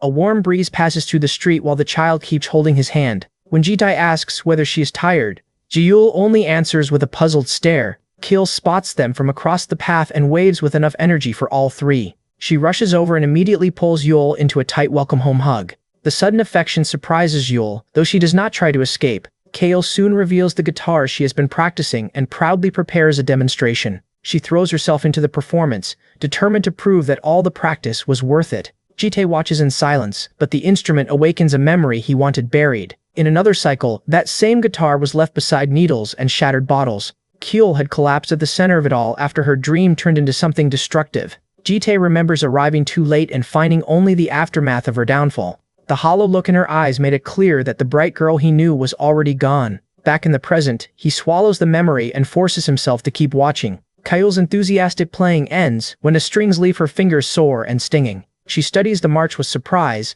finally noticing how hard she has been pushing herself. Jitai tells her not to overdo it, but Kyul immediately asks why she should hold back. He explains that giving everything means nothing if she injures herself before getting anywhere. Kyul still wants to give it her all, so Jitai changes the subject and asks about Bomb. Bomb remains asleep with a fever after exhausting herself during Gyul's mana transfer. Urim has also vanished into her room, completely absorbed in a marathon of television dramas. Once they reach home, Kael takes Gael inside and reminds her to wash her hands. Jitai stops behind them when an unfamiliar presence inside the house puts him on alert. Kyul turns back with an innocent smile, unaware that his attention has shifted elsewhere. He places a hand on her shoulder before she can walk any farther. Jite orders Kaul to take Yaul straight to her room and remain there. His sharp command to hurry leaves no room for questions. Kiel looks confused, but his expression convinces her not to argue. She carries Yaul away and cheerfully suggests reading together behind the safety of her door. Jite waits until both girls disappear before focusing on the silent hallway.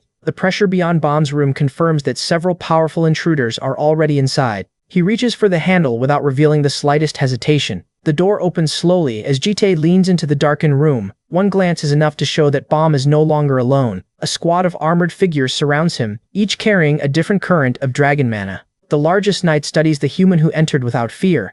Its first question is whether Jedi caused the green dragon's current condition. These creatures are guardians, monsters placed under a dragon's control through subjugation magic. Most are turned into knights and servants who protect their master's lair. The strongest guardians also accompany young dragons outside as personal bodyguards. Their concern is fixed on Bomb, who remains unconscious beneath the blankets. Jite calmly measures the room and realizes they have already raised a powerful barrier. One guardian steps forward and slams its armored foot down as a warning. It demands to know what Jite did to leave Green weak and bedridden. Dark mana gathers around its hand when his silence begins testing its patience. The knight claims that only the strong deserve the right to ask questions.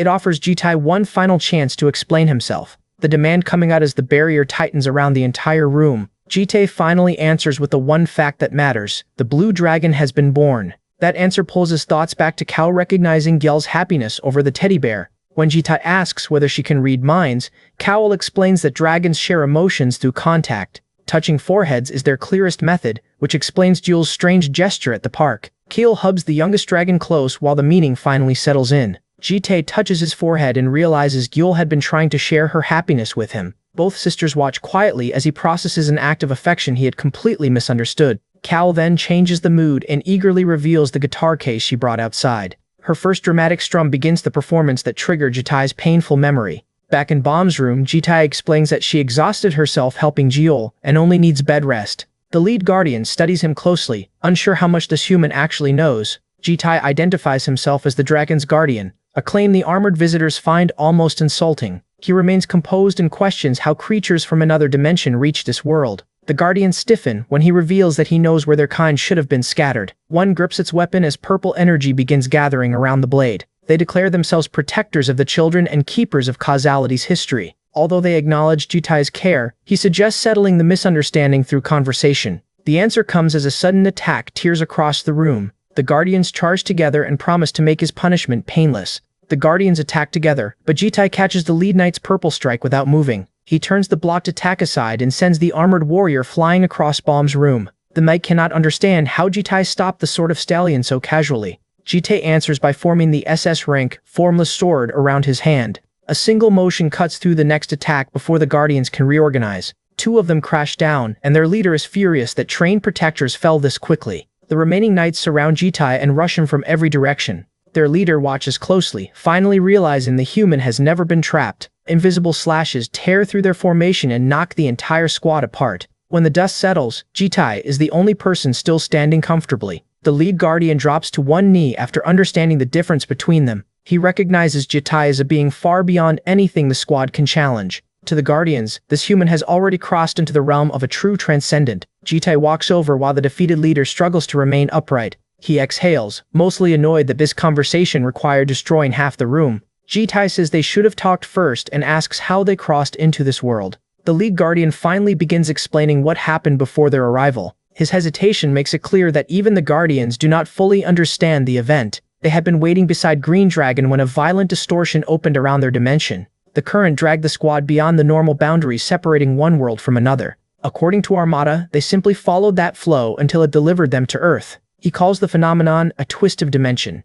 The distortion forms when power from the horizon of providence twists nearby dimensions around its direction. Jite grows wary since none of his previous regressions ever revealed anything like this. Even the term horizon of providence is completely unfamiliar to him. The seventh cycle is becoming different in ways that his memories cannot explain. Jite asks whether the Guardians believe the horizon itself possesses a will. Armada pauses, then admits that description may be correct. While lost between dimensions, an unseen will showed him the path forward. Jite decides that one answer is no longer enough.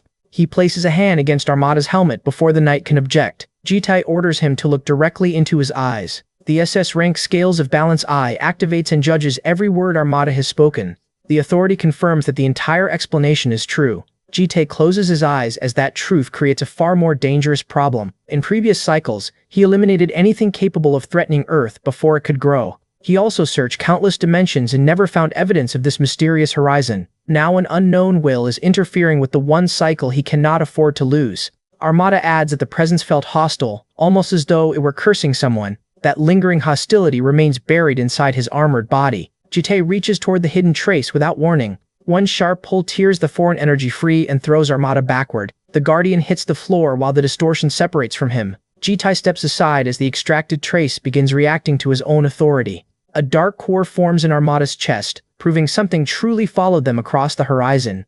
Grand Clock activates and identifies an abnormal twist inside the world's flow of time. It searches the Guardian's history for the source carrying hostility toward Jite. The collected traces compress into the shape of a small golden hourglass. Jite studies the strange reward, though Grand Clock offers no immediate use for it. Armada watches light become a clock and realizes Jite is even stranger than expected. Once the squad recovers, they decide their duty in this room is finished. The knights regroup around Armada and prepare to leave Earth. Jite calmly warns that their departure is not happening yet. They immediately wave goodbye and pretend they never heard him. His quiet response makes the entire squad stop halfway to the door. Even Armada begins trembling beneath the helmet. He insists that their group must return to the dragon's original world. Jite knocks him back down before the excuse can go any further. Standing over the fallen knight, he asks whether they are really planning to leave. Armada tries answering, but his courage disappears under Jite's foot. Jite releases enough pressure to make the whole room shake. He turns toward the remaining guardians and waits for a better answer. The question comes again, this time with absolutely no room for misunderstanding. Armada finally admits that leaving may no longer be possible. His companions tell him to stop resisting since Jite clearly will not listen. The defeated squad gathers for a desperate private discussion. Jite waits in silence while they debate their suddenly terrible employment options. After several nervous glances, the Guardians finally agree to remain. Jite uses the formless sword and selects the one he considers most suitable for Guardian work. A piece of the chosen knight's armor drops cleanly onto the floor. The Guardians ask whether this beating was some kind of test, and Jite says not really. Armada then asks why Jite is so determined to protect the young dragons. Jite explains that protection here involves more than standing around in armor. He asks what practical help a Guardian can actually provide inside this house. Armada slowly turns as footsteps approach from the hallway. Jite brings out Kayul, Jiul, and Yoram before telling them to greet the newcomer. The multi-dimensional protector is introduced in a pink apron as their new janitor. Behind the helmet, Armada realizes losing the fight was only the beginning. Armada begins his new assignment by washing dishes in full battle armor. The dimensional warrior scrubs every plate with the focus of someone disarming a bomb. Unfortunately for his pride, the pink apron completes his new uniform. Armada finally protests that becoming a janitor has nothing to do with protecting dragons. Jite explains that his own strength covers security, leaving Armada responsible for practical support. He also warns that failing such basic work would make the Guardian completely useless. With his survival suddenly tied to clean dishes, Armada returns to scrubbing. Bomb enters the kitchen and quietly watches the armored janitor from behind. She welcomes the new addition with the same warm smile she gives everyone. Armada confirms that he has been assigned to serve the household. Only after turning around does he realize the green dragon is standing before him. Bohm thanks him sincerely for helping protect her sisters and their home. The praise leaves the intimidating Guardian visibly flustered beneath his helmet. Armada crushes a plate while declaring that he will personally handle every household duty. His grand promise loses some weight when shattered porcelain lands around his feet. Elsewhere, Jiul models several outfits that Bohm ordered after recovering. Kayul photographs every look as though Jiul has entered a professional fashion shoot. Bohm happily explains that she bought the clothes as soon as her strength returned. Jiul quietly hugs her bear while wearing an elaborate black dress. Cal asks Jite which outfit he prefers, and he honestly says they all suit her. His completely serious delivery makes the compliment sound strangely powerful. Kiel immediately celebrates his unexpected talent for saying the right thing. Jite notices that her fingertips are still sore from practicing the guitar. Kiel quickly hides her hand when she realizes he has been paying attention. She insists that music is only something she practices during her free time. Jite changes the subject and asks how Yoram is doing after her drama marathon. Armada admits that Yoram looked unhealthy, though she rewarded his concern by insulting his armor. That report is enough to send Jite toward her room. He opens the door and steps inside without waiting for permission. One slow glance tells him the situation is worse than expected. Bottles, cans, and an overflowing ashtray have turned the floor into a disaster zone. Yoram sits comfortably in the middle of it all while eating and watching television. Jite asks what could possibly be interesting enough to justify this mess. The screen shows an old historical drama filled with warriors and dramatic speeches. Yoram admits the story is terrible, yet she keeps watching every episode. Jutae points out that she can simply stop if she hates it that much. Before leaving, he orders her to clean the room instead of wasting another day inside it. Back downstairs, Yutai gathers everyone while Jaul sits calmly in his arms. He announces that the entire house will receive a proper deep cleaning. Nobody is allowed to escape by pretending their own room is already acceptable. Cal panics when Yoram reveals that her room is just as messy. Bomb laughs while Kale demands to know when Yoram invaded her private space. Jitai confirms that Kyle's room will be cleaned along with everything else. Yoram finds her sister's immediate betrayal and panic extremely entertaining. She stretches Kyle's cheek when the blonde dragon tries arguing back. The sisters continue bickering while Jitai assigns Armada the worst part of the job. Armada accepts the command and heads directly toward Yoram's room. Bomb leaves to handle errands while Calcal collapses beneath the cruelty of mandatory cleaning. Jitai keeps Gaul nearby and waits to see whether Armada can survive the assignment. The smell drifting from Yoram's room reminds him of the rotten fish she once served. Bull notices his expression and innocently asks whether something is wrong. Inside the room, Armada accidentally kicks another empty can across the floor. He stands surrounded by garbage with every cleaning tool he could find. A mask becomes necessary once the Guardian realizes how powerful the smell truly is. Armada examines the overflowing ashtray and mistakes it for some strange human container. He begins throwing everything into one bag without separating any of the waste. The Shadow arrives and immediately corrects him before the cans enter the wrong bin. It explains that plastic, metal, and ordinary trash must all be sorted separately. Armada quietly wonders why humans create so many rules for throwing things away. The Shadow asks whether he plans to spend the entire day standing in confusion. Annoyed by the lecture, Armada reminds it that he was specifically ordered to clean. Jitai enters and finds the two servants arguing in the middle of Yoram's garbage. The Shadow explains that it was merely teaching the new janitor how to perform his job correctly. Armada's rising anger suggests that the lesson is becoming more dangerous than the cleaning. While they work, Yoram escapes responsibility by training outside with heavy weights. Bomb shops for groceries and carefully selects fresh ingredients for dinner. Cowl and Jewel help organize the house while waiting for everyone to return. By sunset, Armada and the Shadow finally remove the last bags of trash. The Shadow reports to Jitai that the cleaning assignment has been completed. Jitai responds by sliding a laptop across the desk and revealing its next mission. The location displayed on the map is Moscow, Russia. Images from the site reveal malformed creatures being stored inside laboratory tanks. The Shadow studies the evidence and waits for its master's conclusion. Jitai suspects that something far more dangerous is controlling the hidden operation. The Shadow accepts the assignment and promises to prepare for Moscow immediately. Before it can leave, Bomb returns home carrying bags of groceries. Cal and Jewel welcome her, while Armada remains stationed beside the living room. The Shadow tries excusing itself, but Jitai stops it with a hand on the shoulder. He insists that the Shadow remain long enough to join the household for dinner. Bomb proudly serves a collection of dishes glowing with deeply suspicious purple energy. Everyone takes a seat and begins eating while Jitai quietly prepares for the consequences. The first bite sends a dark chill through his body, despite his usual resistance to everything. Outside, the Shadow finally wonders whether Jitai summoned it solely to share this suffering. Following the latest lead, Jitai enters a ruined industrial complex located near the lair. The battle is already over, leaving one demonic human alive among the fallen. The survivor still snarls at Jitai despite barely being able to move. He claims Jitai cannot escape punishment and calls him a lowly human. The prisoner boasts that Jitai would beg if he knew who supported him. Jitai answers by driving him back to the floor before the threat can continue. He grabs the man's hair and forces him to stop pretending. Jitai identifies him as a demonic human connected to the organization called Invisibility. That knowledge finally wipes the confidence from the prisoner's face. Jitai activates the scales of Bao's eye and orders him to speak truthfully. Under an authority that exposes lies, the man begins explaining who stands above him. He reveals that Wei Yuan plans to succeed within 3 months and become chosen by the Seats. The Seats are the 4 highest demonic humans leading Invisibility's scattered forces. Anyone who reaches that rank commands legions and gains power comparable to a disaster. Jitai realizes this is no ordinary criminal scheme but a threat capable of changing the entire cycle. Grand Clock reacts to the foreign mana and begins reading what crossed the horizon of Providence. Its expanded authority searches the broken timeline and identifies the target as the demonic human Wei Yuan. The result confirms that an outside being hostile to regression has interfered with this world. Wei Yuan now carries the strongest elements from ruined timelines that should no longer exist. After the Guardians arrive the same way, Jitai accepts that this unknown force can alter almost anything. The terrified informant offers more information in exchange for being spared. His desperate smile reveals that he is still trying to deceive the wrong person. Jitae ends the attempted trick before the prisoner can create another problem. He reminds the man that lies have never worked against the scales of balance. With one small motion, Jitae decides to erase the remaining evidence. The authority called destruction consumes the abandoned complex and everything hidden inside it. Soon afterward, the same man walks through a peaceful park as though nothing happened.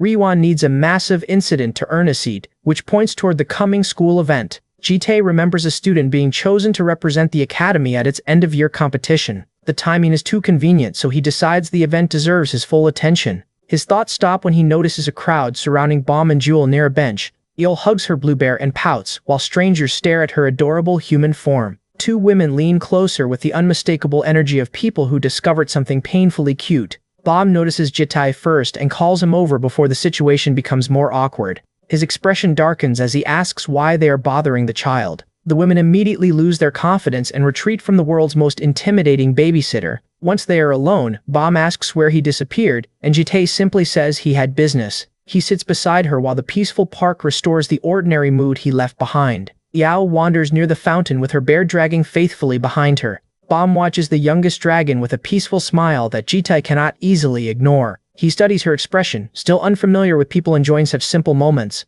Bomb asks what he thinks, leaving him unsure whether she means Yeol or the day itself. Yeol turns toward them in her yellow outfit and waits for their attention. Jitae answers honestly that the child looks happy, which is enough for Bomb. His serious delivery makes the simple observation sound like an official evaluation. Bomb blushes and laughs after realizing he has no idea why the atmosphere changed. She lightly pats him and says he does not need to look so serious all the time. When they leave, Jitae carries Yeol while Bomb asks whether she enjoyed her day. Bomb watches them walk ahead beneath the evening sky and quietly treasures the scene.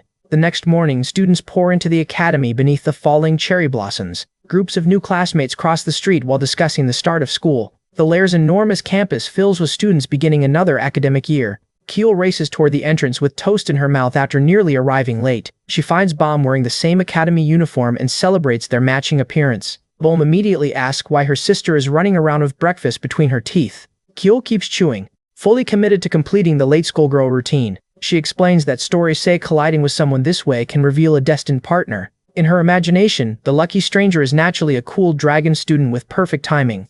Kyle becomes completely invested in a romance that has not even happened yet. Reality answers by making her crash directly into Yoram. Yoram grins and asks whether this makes the two of them destined partners. She steals the toast and walks away while Kyle protests and Bomb struggles not to laugh. Yoram keeps teasing her sister between bites. Fully satisfied with the morning's entertainment, Bomb's smiling stare warns Yoram that pushing the joke further may become dangerous. Keel notices the sudden tension and wisely turns her attention toward the entrance. A large crowd waiting beyond the academy gates catches her eye. She asks why so many adults are gathered when none of them look like students. The three sisters soon discover reporters standing directly in their path. One journalist looks over and immediately recognizes Yoram. The others begin whispering as word spreads that the famous student has arrived. Yoram remembers the recent article praising her sharp response and already knows what is coming. Cameras and microphones rush toward her before the girls can escape. The reporters surround Yoram and begin shouting questions over one another. Her patience disappears as small fangs show beneath an increasingly dangerous smile. Yoram roars for everyone to shut up, silencing the entire entrance at once.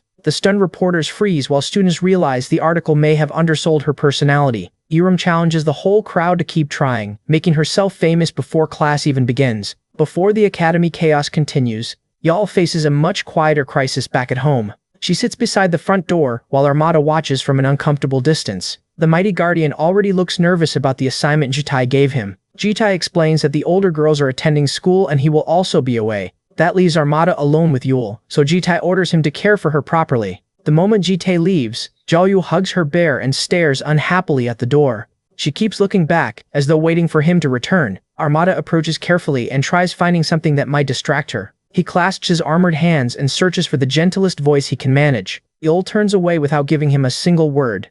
The silence becomes so awkward that even the helmet appears to be sweating. Armada retreats before his first attempt at childcare becomes even worse. Then he notices a picture book resting inside the living room. The guardian realizes that Bomb often reads stories to Jo-Yul. He returns with the book while the child watches him cautiously. Armada asks whether she would like to read a picture book together. He sits beside her and opens the story before she can reject the offer. Yul's eyes finally brighten when she hears what the book is called. Armada begins reading with a voice better suited for announcing a battlefield. The story is titled, My Dad is a Fairy. It begins long ago with a small house hidden deep inside a forest. Armada immediately interrupts to explain that this must be the primordial forest before the Demon Age. The actual story follows a young girl named Dolson who lives peacefully with her father. Her mother has already died, though Armada considers one surviving parent unusually fortunate for that era. Every night, Dolson's father tells her stories from ancient times before she falls asleep. Armada assumes those stories must involve the Great War that consumed the primordial forest. He concludes that Dolson is probably a war fanatic, completely missing the tone of the book. One morning, Dolson wakes and discovers that her father has disappeared.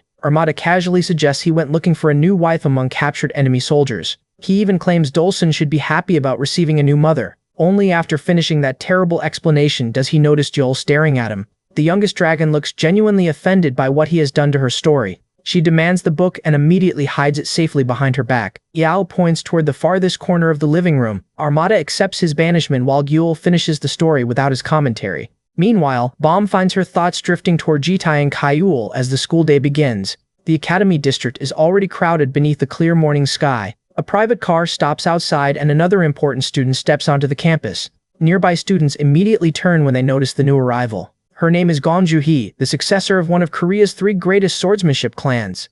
Juhi looks irritated when the crowd ahead begins interfering with her entrance. Dozens of reporters and students have gathered around something near the building. Her bodyguard explains that another famous cadet appears to be causing the commotion. Juhi pushes past a photographer to see the situation for herself.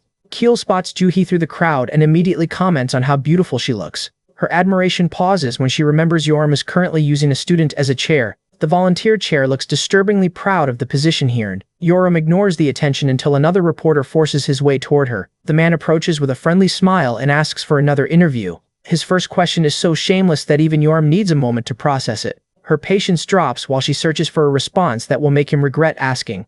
Yoram answers with an inappropriate joke that leaves the reporter completely speechless. The next man introduces himself as Park Gango from Gasan Daily. He asks what Yoram meant by the word she shouted during the Blue Dragon interview. She scratches her cheek and pretends to consider this deeply important mystery. Yoram questions why everyone keeps clinging to one word when she said plenty of others. Gango proudly replies that obsessing over stray remarks is what reporters do. She steps closer and twists his curiosity into another deliberately uncomfortable joke. When he panics, Yoram reminds him that he already knew the original remark was never serious. Gango admits that he knows, but insists provoking reactions is simply part of the job. That answer makes Yoram grab his collar while Keel begs her to stop. The cameras keep recording as her anger becomes the perfect piece of footage. Even with Yoram inches away, Gango keeps smiling because his plan is working. His smug expression confirms that he wanted her to lose control from the beginning. Yoram's fist tightens as the last of her patience disappears. She threatens to hit him before he gets the chance to publish anything. Jite catches her arm before the threat becomes a real incident. He pulls Yoram away, while Kayul watches the entire situation collapse around them. Jite asks whether she really caused trouble the moment he stopped watching. Yoram furiously insists that the reporter started everything. Rather than debate it, Jite lifts her over his shoulder and begins walking away. Yoram kicks against him,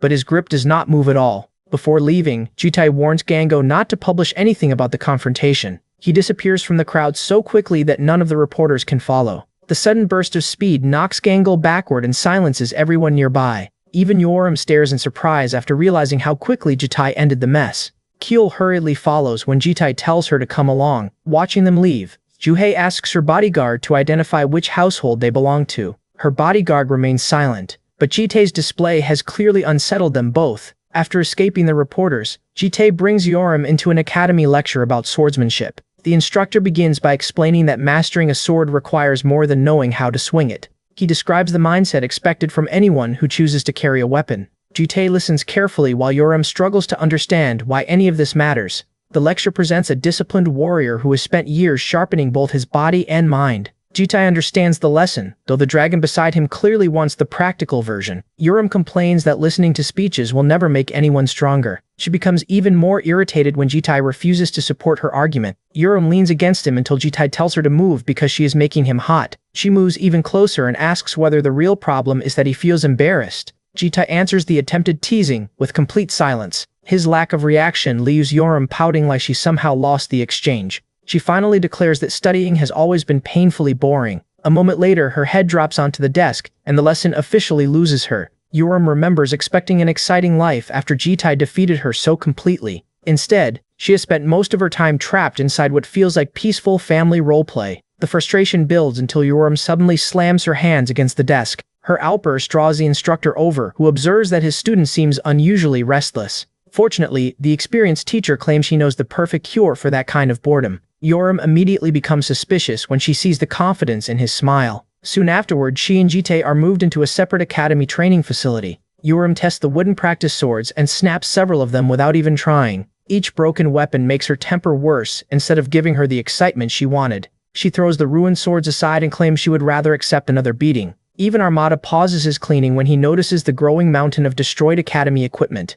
Jite sits calmly with another wooden sword and asks what Yoram is actually trying to accomplish. He inspects the weapon and points out that destroying everything will not solve her problem. Yoram laughs at the thought of Jite suddenly becoming her patient sword instructor. She questions how someone as strange as him plans to teach anyone about enjoying combat. Jite ignores the mockery and asks what kind of excitement she is truly searching for.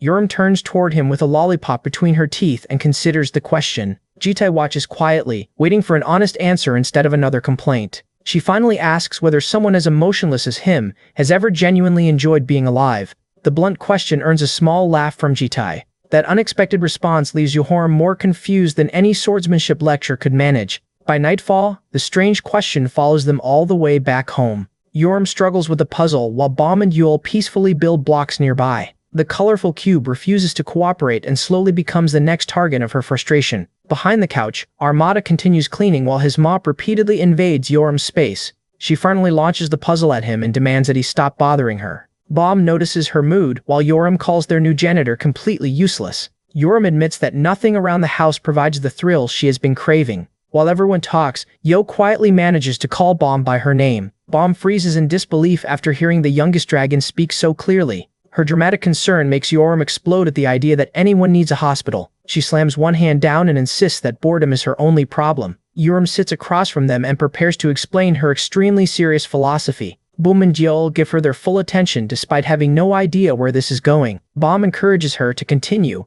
which is all Yoram needs to begin lecturing the room. According to Yoram, every living creature needs something that makes existence feel worthwhile. Humans survive their exhausting lives by chasing moments of happiness and excitement. The strangely thoughtful explanation catches Bomb and Joel completely off guard. Yoram argues that enjoyment is not pointless when it gives people a reason to continue. Cow can reach pure happiness through good food without needing anything more complicated. Yule finds the same joy by carrying the simple teddy bear Jitai created for her. Bomb begins wondering what kind of happiness she personally wants from this new life. A realization forms when she remembers the person who remains hardest for everyone to understand. Yoram claims that Bomb and Jitai are both unreadable and equally boring. Bomb calmly asks whether Yoram truly believes Jitai never shows any interesting reactions. Her expression becomes suspiciously playful as she remembers several private moments with him.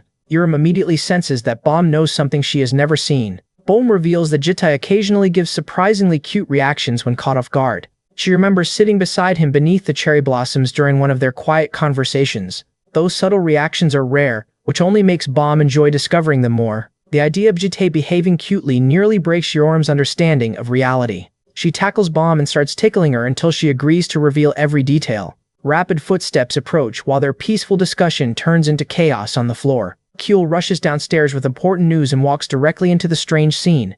She freezes after finding Yoram on top of Bomb while Yule watches without concern. Kyul tries telling them about Yoram's growing fan cafe, but neither sister is listening. All she can do is stare while the ridiculous struggle continues in front of her. Kyul covers her face and immediately regrets rushing downstairs so excitedly. The next morning arrives peacefully over the household. Jitai prepares for another day while buttoning his shirt inside his room. The door suddenly opens before he can finish getting dressed. Bomb cautiously peeks inside and begins asking Jitai a question. She enters with a cheerful smile before properly noticing what he is doing. Jitai continues buttoning his shirt while Bomb stares at him in stunned silence. The door slams shut the instant her embarrassment finally catches up with her. After gathering her courage, Bomb slowly opens it again while wearing her academy uniform. Still blushing, she steps inside and asks Jitai how she looks. Bomb waits for Jitai's answer while he calmly finishes adjusting his tie. He tells her the uniform looks fine, but his flat response misses the compliment she wanted. At school, Yoram finds a club where punching volunteers apparently counts as recruitment. Kyul takes the opposite approach and follows anyone willing to offer fried chicken. Jitai can only sigh after finding both dragons enjoying the academy in their own questionable ways. Bomb arrives with Yoram while Kyul tries answering through a mouthful of food. Yoram tells her to swallow first before she turns a simple conversation into a choking incident. Kyul obediently chews while everyone waits for her emergency meal to finish. Bomb remains visibly bothered by Jitai's earlier answer, though we cannot understand why. Kyul explains that saying a girl looks merely fine is not the compliment he thinks it is. Bomb had probably hoped for the kind of reaction someone receives when entering an elegant formal event. Instead, she quietly walks away while Jitai tries processing where he went wrong. Bomb complains that he kidnapped her first, but now treats her like a fish he already caught. Kyul comforts her dramatically while Yoram watches the performance with folded arms. Yoram concludes that expecting emotional awareness from Jitai was the first mistake. For once, Jitai genuinely considers whether his answer may have been too careless. Boom quickly regains her playful confidence and decides she can make him notice her another way. The Academy's opening activities continue as every student begins settling into a new routine. Later that day, Bomb's class gathers inside one of the Academy's large training halls. Students sit in organized groups while the instructors prepare a very different kind of lesson. Whispers spread once everyone recognizes Bomb as the famous Yoram's older sister. Jitai sits with the staff and silently hears every rumor spreading through the room. He keeps watching Bomb instead of reacting to the curious adults around him. Their instructor enters with enough enthusiasm to make ballroom dancing feel like a military campaign. She explains that today's lesson will teach the students how to dance with a partner. Future representatives of powerful families will eventually attend formal events where these skills matter. The instructor appears far more excited about that future than any student in the room. Everyone begins searching for partners while several awkward invitations happen at once. Two nearby students notice Bomb standing alone and wonder whether anyone will approach her. Her reputation makes the entire class too nervous to take the first step. The students decide someone should invite her, but nobody wants to become that brave volunteer. The instructor finally approaches Bomb and quietly offers a solution to the problem. Bomb accepts the suggestion with a bright smile before turning toward the staff section. Jitai remains seated until he realizes every eye in the room has shifted toward him. Bomb rushes across the floor after receiving permission to choose him as her partner. Jitai reluctantly rises when it becomes clear that refusing would only create more attention. She reaches out her hand and formally invites him to join the lesson. Jitai confirms that she truly expects him to dance in front of an entire class. After one quiet sigh, he accepts that there is no reasonable escape. The instructor demonstrates the basic hold while counting each movement for the students. Bomb steps close enough that Jitai suddenly becomes aware of every inch between them. She blushes as their simple practice position becomes far more intimate than expected. Jitai hesitates when the next step requires placing one hand against her waist. Bomb gently guides him closer and assures him that this is simply part of the dance. Their hands finally connect while the instructor prepares the class to begin. The first movements are stiff enough to make both of them resemble nervous machines. Bomb warns Jitai not to slack, since his performance will affect her score as well. They carefully match their feet and begin following the instructor's rhythm. Once Jitai understands the pattern, their movements become noticeably smoother. Bomb follows each turn with growing confidence while he guides her across the floor. She relaxes against him and begins enjoying the dance instead of worrying about the lesson. Their hands shift naturally as they move into the next sequence. Jitai remains tense despite performing every step with his usual precision. Being this close sends Bomb back to the accidental view she received in his bedroom that morning. The memory distracts her long enough for one foot to miss the next step. Jitai catches Bomb before she falls and pulls her safely into his arms. He looks down in surprise while checking whether she was injured. Bomb can only stare back as her face turns completely red. Overwhelmed by embarrassment, she closes her eyes and temporarily gives up on forming words. After the lesson, the two escape the crowded hall and stop at a nearby academy cafe. Bomb slowly drinks a cold grapefruit beverage while recovering from everything that happened. She claims the drink feels refreshing as Jitai waits beside the table. Her cheerful laughter leaves him wondering why she seems happier after nearly falling. Bomb admits that she enjoyed dancing with him far more than she expected. Jitai studies her quietly, still unable to understand why one ordinary lesson mattered so much. Her words remind him of another woman who once taught him similar steps during a distant cycle. She praised his quick progress and told her captain to keep practicing until he improved. Bomb watches his expression shift and realizes his thoughts have wandered somewhere far away. She lightly adjusts her collar and waits for him to return to the present. When Jitai remains quiet, Bomb rises from her chair and stretches away the awkward mood. Before leaving, she asks whether spending that time with her was fun for him too.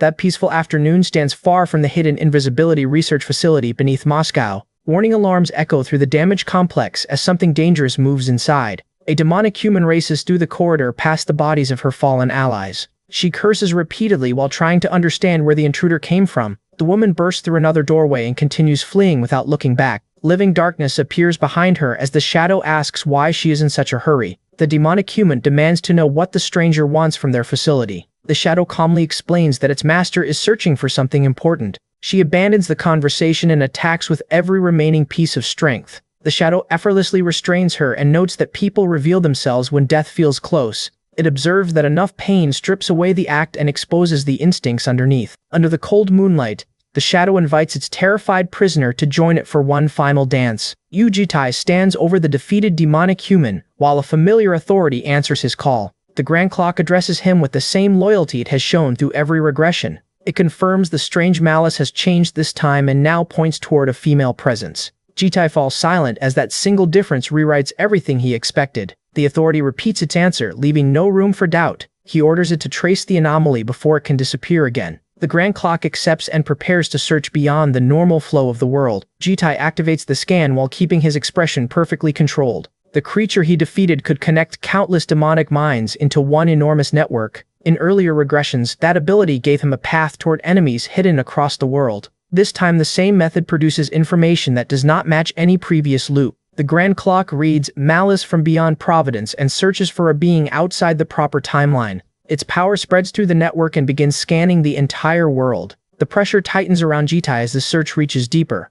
Before the result appears, he notices someone watching from nearby. Bomb cautiously peeks through the fitting room curtain. The sudden interruption catches even Jitai slightly off guard. She steps out in her new outfit and asks whether it suits her. His stiff response makes it obvious he has no idea how to answer properly. Bomb leans closer, determined to get something more useful from him. His continued silence gives her all the entertainment she needs. She decides adults are far easier to fluster than she expected. Once they leave the fitting area, Bomb teases Jitai for pretending he never wanted to look. Bomb walks beside him in a suspiciously cheerful mood. Jitai redirects the conversation toward the gifts they actually came to buy. Yule still treasures an old worn teddy bear, so replacing it feels like the safest choice. Bomb agrees but reminds him that the other girls requested presents too. Yoram apparently saw something in a movie and demanded the exact same thing without explaining much. They split up inside the mall so each of them can handle part of the shopping. Jitai heads off alone while Bomb watches him disappear into the crowd. After considering his social skills, she quietly wonders whether leaving him alone was a mistake. His first destination is a brightly decorated toy store.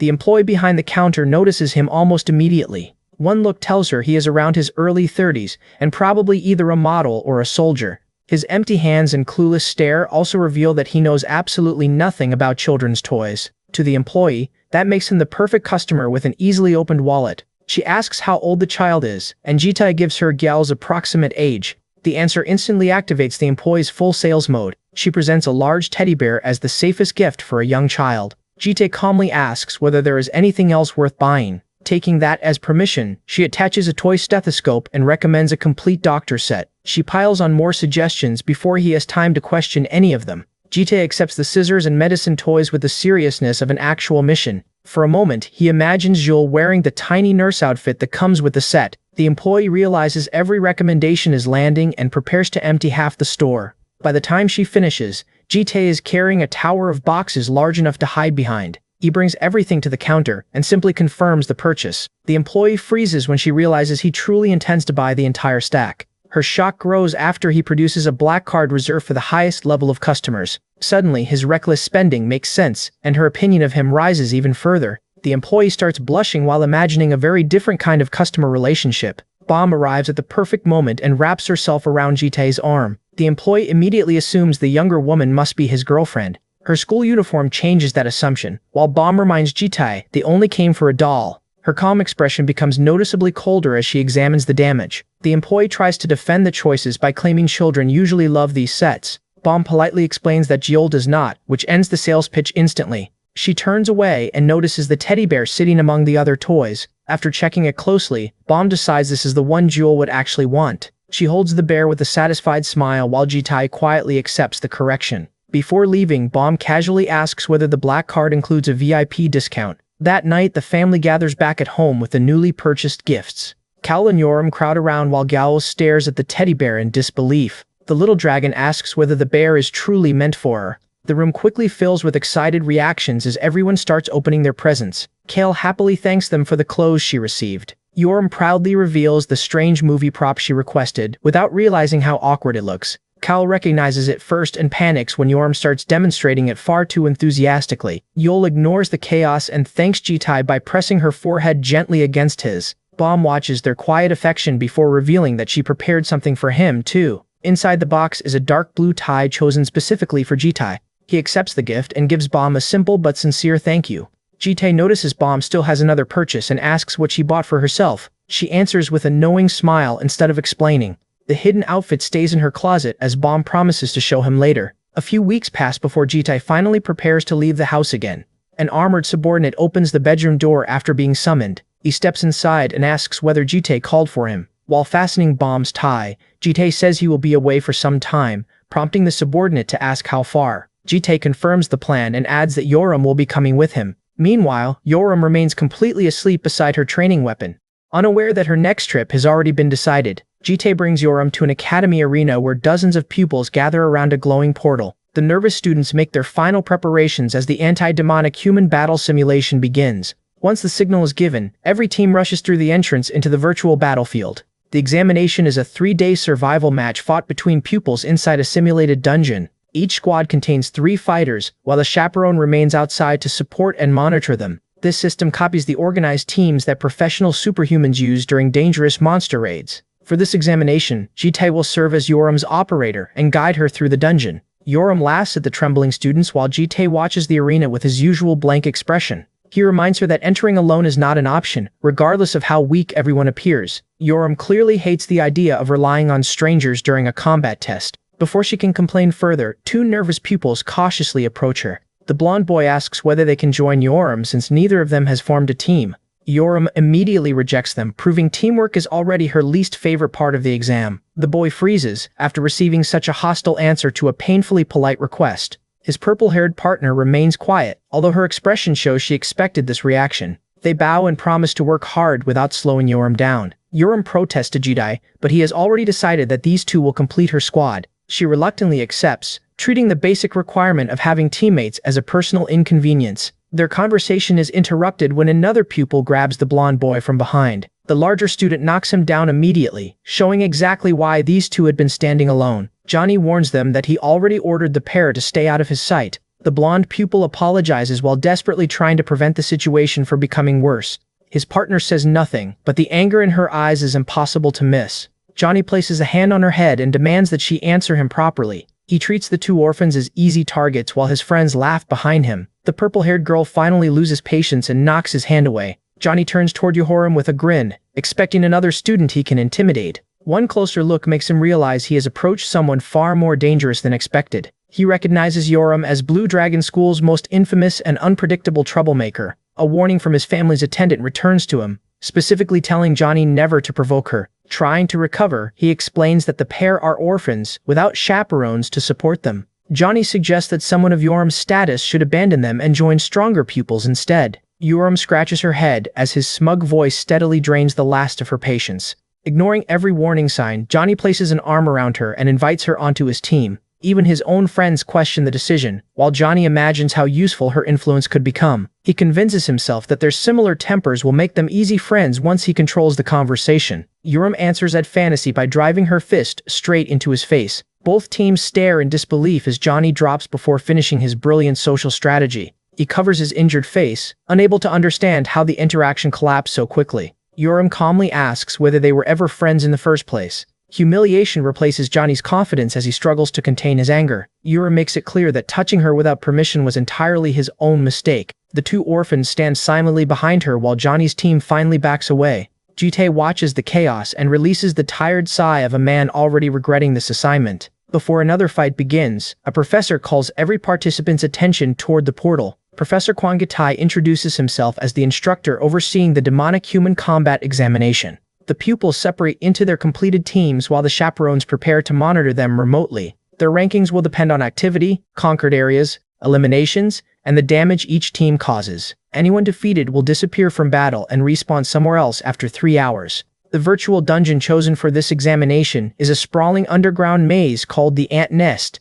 The students listen carefully, knowing 3 days inside that maze could completely change their rankings. The portal activates beneath Yoram's feet and transports her squad into the simulation. Yoram studies the massive cavern and admits the virtual environment is more convincing than expected. She immediately proposes charging forward and beating every opponent they encounter. The purple-haired girl gives her a flat stare after hearing this masterpiece of tactical planning. She points out that they do not even know the dungeon layout or where the other teams entered. Yoram argues that searching becomes unnecessary when they can simply keep moving until someone appears. Her teammate insists they need a plan, while Yoram orders both peoples to follow and cover her. The command frustrates the girl, who warns Yoram not to ignore the team and act entirely alone. Jitai listens through the communication system as their disagreement begins growing more serious. He interrupts before Yoram and her new teammate can turn the argument into another fight. Jitai questions Yoram's decision to place both inexperienced pupils behind her without understanding their abilities. The two girls pause and wait for him to offer something resembling a real strategy. Yoram simplifies the mission into one rule: defeat every opponent they can see. Elsewhere in the dungeon, Johnny still nurses the injury and humiliation she gave him. His teammates remind him that everyone warned him not to interfere with Yoram. One of them notices movement ahead, cutting off Johnny's complaints. The group advances through the tunnel, unaware that Yoram's squad is already closing in. Johnny senses danger and turns just as something rushes toward him from above. Yoram drops into the center of his formation before anyone can properly react. Her grin makes it clear that she has been waiting for this rematch. The opening strike wipes away most of Johnny's health before the battle has even begun. Yoram follows through and sends him crashing down while the rest of his team scatters. Their chaperone shouts for everyone to prepare, but Yoram has already seized complete control of the encounter. To Yoram, this is not a balanced competition anymore, but a one-sided hunt through the ant nest. The enemy gunner fires first, hoping distance will keep Yoram away. Yoram charges straight through the barrage before he can adjust his aim. She slips past the energy blast and closes the entire gap in seconds. Her blade reaches the gunner before he can fire a second time. One clean attack empties his health and removes him from the battle. Yoram immediately senses another opponent approaching from behind. A swordsman rushes in while her attention appears focused elsewhere. She turns and catches his attack before it can reach her. The swordsman believes his position and strength have given him the advantage. Yoram overturns that advantage and forces his weapon away. His confidence disappears once he realizes she is physically stronger than him. Her counterattack drops his health to 0 before he can recover. With two opponents gone, Yoram searches the cavern for the final survivor. She rests the sword against her shoulder and calmly asks where he is hiding. Jite and the others watch while Yoram continues hunting the last member. The remaining student crawls away with almost none of his health left. He trembles at 17 health points and hopes she will finally show mercy. Yoram finishes the encounter anyway and sends his health straight to 0. The defeated team's operator can only stare at the complete disaster. Sojiro runs over and protests after watching Yoram attack someone who could barely move. Jin quietly studies Yoram while the others argue. Her attention shifts toward Jitai standing behind the team. She realizes they caught another squad incredibly fast despite the restrictions on mana detection. The timing of Yoram's ambush was perfect, which means Jitai planned the approach precisely. Jin concludes that he must have worked as a first-tier operator before. The system confirms Team 17 has been eliminated and will respawn elsewhere in 3 hours. The defeated students retreat through the portal while complaining about their injuries. Jite barely reacts to a victory that was expected from the beginning. He reminds the squad that defeating one team is nowhere near enough. Their wrist display reveals Team 50 has already climbed into 6th place. Sojiro and Jin stare at the ranking in disbelief. Sojiro celebrates and rushes toward Yoram as though they already won the exam. Yoram grabs his face before he can finish congratulating her. She demands to know why he is celebrating after doing nothing except watching from behind. The 6th place ranking only makes her more irritated. Jin cautiously tries to stop the argument from getting worse. Yoram reminds them that 6th place still means 5 teams are ahead. She has no intention of finishing anywhere except first. Yoram also fixes Sojiro's clothing while scolding him for looking completely unprepared. Jite watches the 3 of them and measures how much work this new team still needs. Back at home, Yul hugs her new bear while missing Jite and confusing her armored babysitter. Meanwhile, the examination continues inside the academy. Every team's position and movement is tracked from the mock dungeon control room. Professor Kwon Gite watches the screens while drinking coffee and avoiding unnecessary effort. His assistant questions why the professor has suddenly become interested in the rankings. Team 50 has already passed several squads filled with second-year elites. That unusual result finally earns the professor's full attention. Their roster identifies Yoram as the guard with Sojiro and Jin serving as sharpshooters. The assistant explains that none of them should be advancing this quickly with such an unbalanced formation. Instead of dismissing them, Professor Kwon becomes even more curious. Their path through the ant nest is far too aggressive and precise for an inexperienced team. The two men recognize that only an experienced operator could guide students through a route this reckless. Professor Quan remembers Yoram as the infamous troublemaker of the Red Dragon School. He also recognizes Baum as the young genius praised by the Academy's magic professors. Both unusual students are currently under the care of the same mysterious man. The deeper he searches into Jitai's history, the more completely his records seem to disappear. The assistant becomes uncomfortable when the professor begins asking about Jitai personally. Their attention returns to the map as Team 50 takes another sharp turn. Professor Quan leans closer and asks who is controlling their route. Everything on the screen suggests Jitai is predicting enemy movements before they happen. The control room continues following Team 50 as their unusual strategy develops. Professor Quan narrows his eyes and decides this team deserves closer observation. Inside the dungeon, Yoram punches the cavern wall after checking the rankings again. She turns toward her teammates and demands an explanation. After all that fighting, Team 50 is somehow still stuck in second place. Yoram takes her frustration out on Sojiro while his health slowly drops. Once she finishes with him, her attention shifts toward Jian Jian. Jian explains that Yoram keeps charging ahead before either sharpshooter can contribute. Their teamwork is almost non-existent despite how quickly they have climbed. Yoram steps closer and places both hands on Jian's shoulders. Instead of accepting the criticism, she decides their real problem is a lack of determination. Yoram bluntly calls both teammates losers who surrender whenever things become difficult. Jitai prepares to explain that their formation and coordination are the actual weaknesses. Yoram cuts him off and insists their lazy attitudes are the only reason they remain second. She orders Sojiro to stop lying down and get back on his feet. Ji-in grits her teeth as Yoram's insult begins working better than any polite encouragement. Both sharpshooters rise and declare that they will take first place. Their frustration finally turns into the competitive energy Yoram wanted. Jitai notices that the three students are now moving toward the same goal. He also points out strange marks carved into the cavern walls. The symbols appear deliberate and resemble a hidden communication system. Sojiro remembers seeing older students exchange similar signals before the examination. The team gathers around the wall and studies the markings carefully. GN realizes the leading squads have been using them to share routes and enemy locations. A dangerous smile appears in Yoram's face as everything clicks into place. Rather than following the signals, she proposes creating false ones of their own. Her plan is to lure the leading teams together, let them clash, and steal first place from everyone at once. With 40 minutes remaining, Yang Mengho's Team 1 still holds first place. The shrinking timer means every remaining battle could completely overturn the rankings. His teammates are confident that no other squad can catch them now. Even Yoram's rapid climb does not seem dangerous to the blonde member. Mango says nothing, but his tense expression reveals that he disagrees. The conversation grows loud while their leader continues walking without joining the argument. Myungle comes from a renowned sword clan and carries expectations far beyond this examination. His team follows as he silently studies every path through the cavern. Finishing first is not merely about earning points for him. Mango wants to prove that he stands above the man haunting his thoughts, Yang Taeha. Their operator notices his unusual silence and asks whether he feels anxious. Myungo denies it, although his reaction says enough. A strange pattern carved into the wall suddenly catches his attention. More scratches appear along the ground and continue deeper into the tunnel. He stops the group so they can examine the markings properly. The red-haired member creates a small flame to illuminate the dark passage. The signs point to several different tunnels, making the correct route impossible to identify. While they study the wall, another presence quietly approaches from behind. Myungo senses movement and turns before the newcomer can surprise him. Instead of one squad, they discover members from multiple teams gathered in the same area.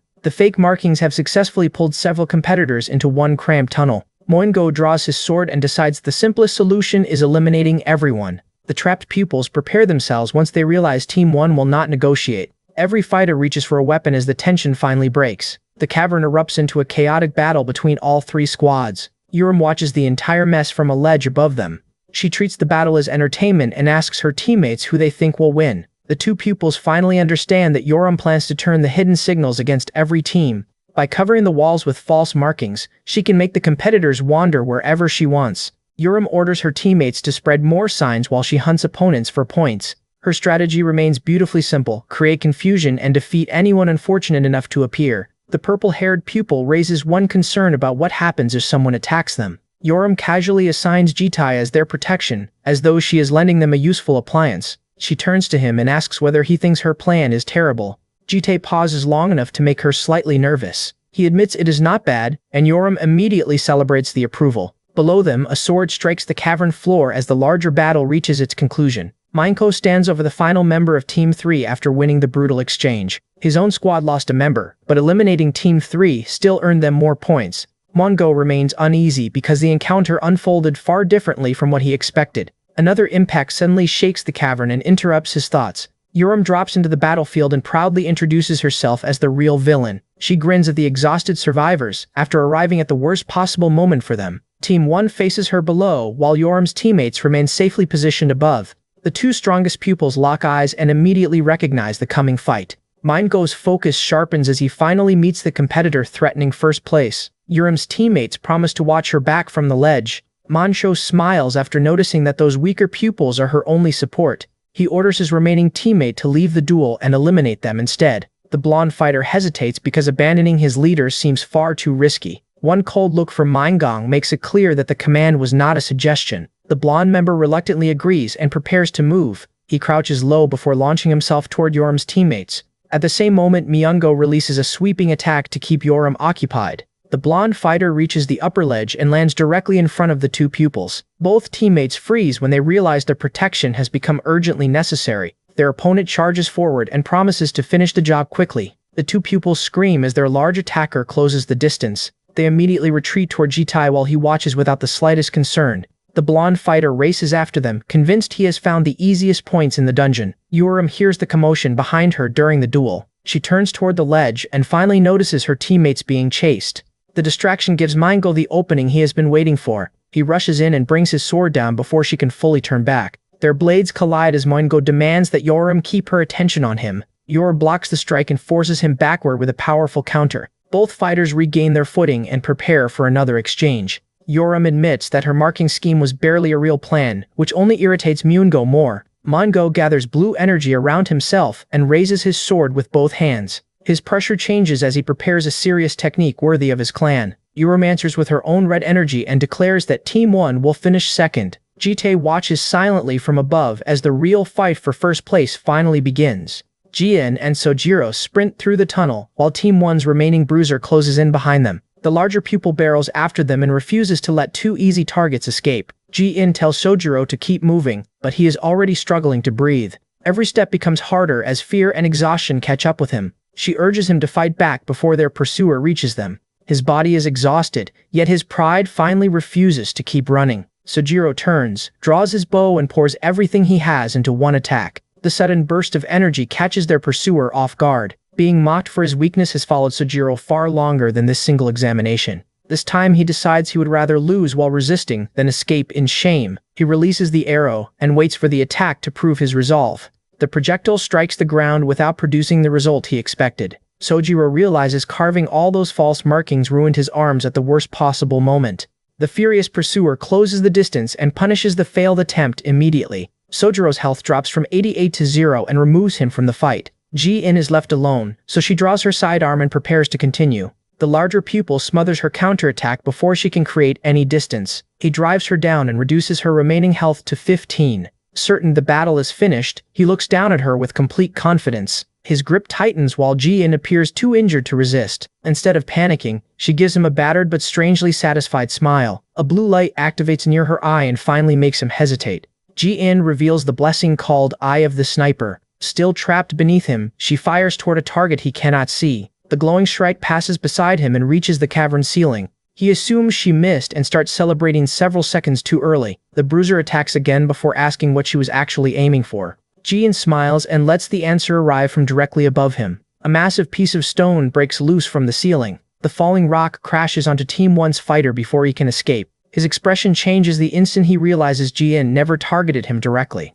Dust fills the passage as the impact settles. The bruiser's final 35 health points disappear and Team 1 loses another member. Ji-in remains standing, although the battle has left her completely drained. She accepts that she has done everything possible and leaves Team 1 with only one active fighter. Elsewhere, Team 1's red-haired pupil slowly regains consciousness. Her operator notices she is awake and asks whether she can stand. She tries to understand how long she was unconscious and what happened to the others. A distant pressure suddenly pulls her attention deeper into the cavern. One glance toward the battle is enough to make her realize something is wrong. Yo Myunko is already struggling while Yehoram stands between him and first place. Yoram admits she expected far more from the leader of the top-ranked team. Her disappointed expression makes the insult sting more than any ordinary taunt. Mango grits his teeth when she dismisses the swordsmanship of his family. He charges again, determined to protect both his ranking and his clan's reputation. The swordsman throws his full weight into an attack driven by wounded pride. Yuram catches his approach and redirects him before the blade reaches her. She calmly tells him that the inferior fighter in this cavern is not her. Minjo is driven into the ground before he can regain control. Yuram follows the throw and keeps the pressure on him. He barely catches her next attack with his sword and prevents immediate elimination.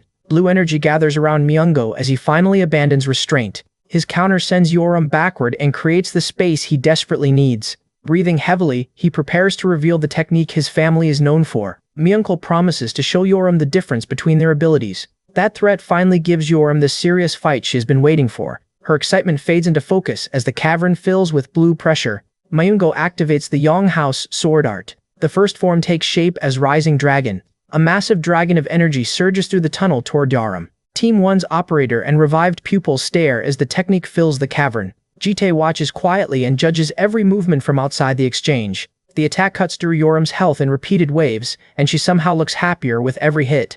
Blue energy tears across the battlefield and forces her deeper into the tunnel. The final surge lifts Yoram and throws her away from Myungo. He continues the technique before she can recover her footing. Yoram braces herself and blocks the next wave at close range. Myungo follows with the second form called Dragon Blade Flash. The dragon-shaped strike swallows the space between them. The impact shakes the cavern while everyone nearby watches for the result. Myungo struggles for breath and believes his strongest sequence finally settled the fight. His technique carries the weight of years spent training under the Yang household. Every lesson taught him to repeat the family's precise grip and familiar path. That rigid repetition also created a weakness in the weapon and the technique. Mongol looks down in disbelief when his sword breaks apart. Yoram appears behind him and points directly at the opening he never noticed. He spins around, but his shock leaves him far too slow to respond. She mocks the Yang family for repeating the same obvious mistake through every form. Red energy erupts around Yoram as she launches her final counterattack. Monko hits the ground and realizes too late that her move does not belong to his family.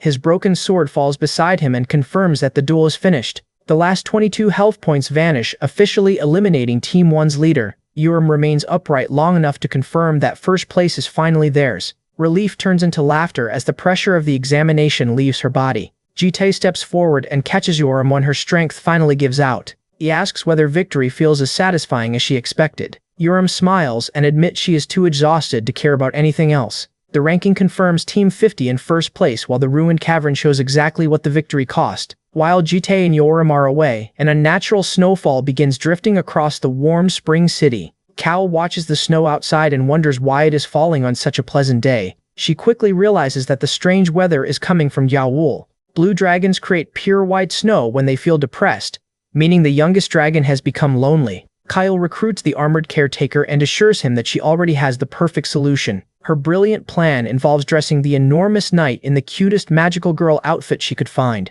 Cal proudly presents their new entertainer before the caretaker can reconsider his life choices. Across the room, Joel continues drawing alone without reacting to the commotion. She finally turns around to see what Kyle has prepared. The armored caretaker strikes an adorable pose and commits fully to the humiliating performance.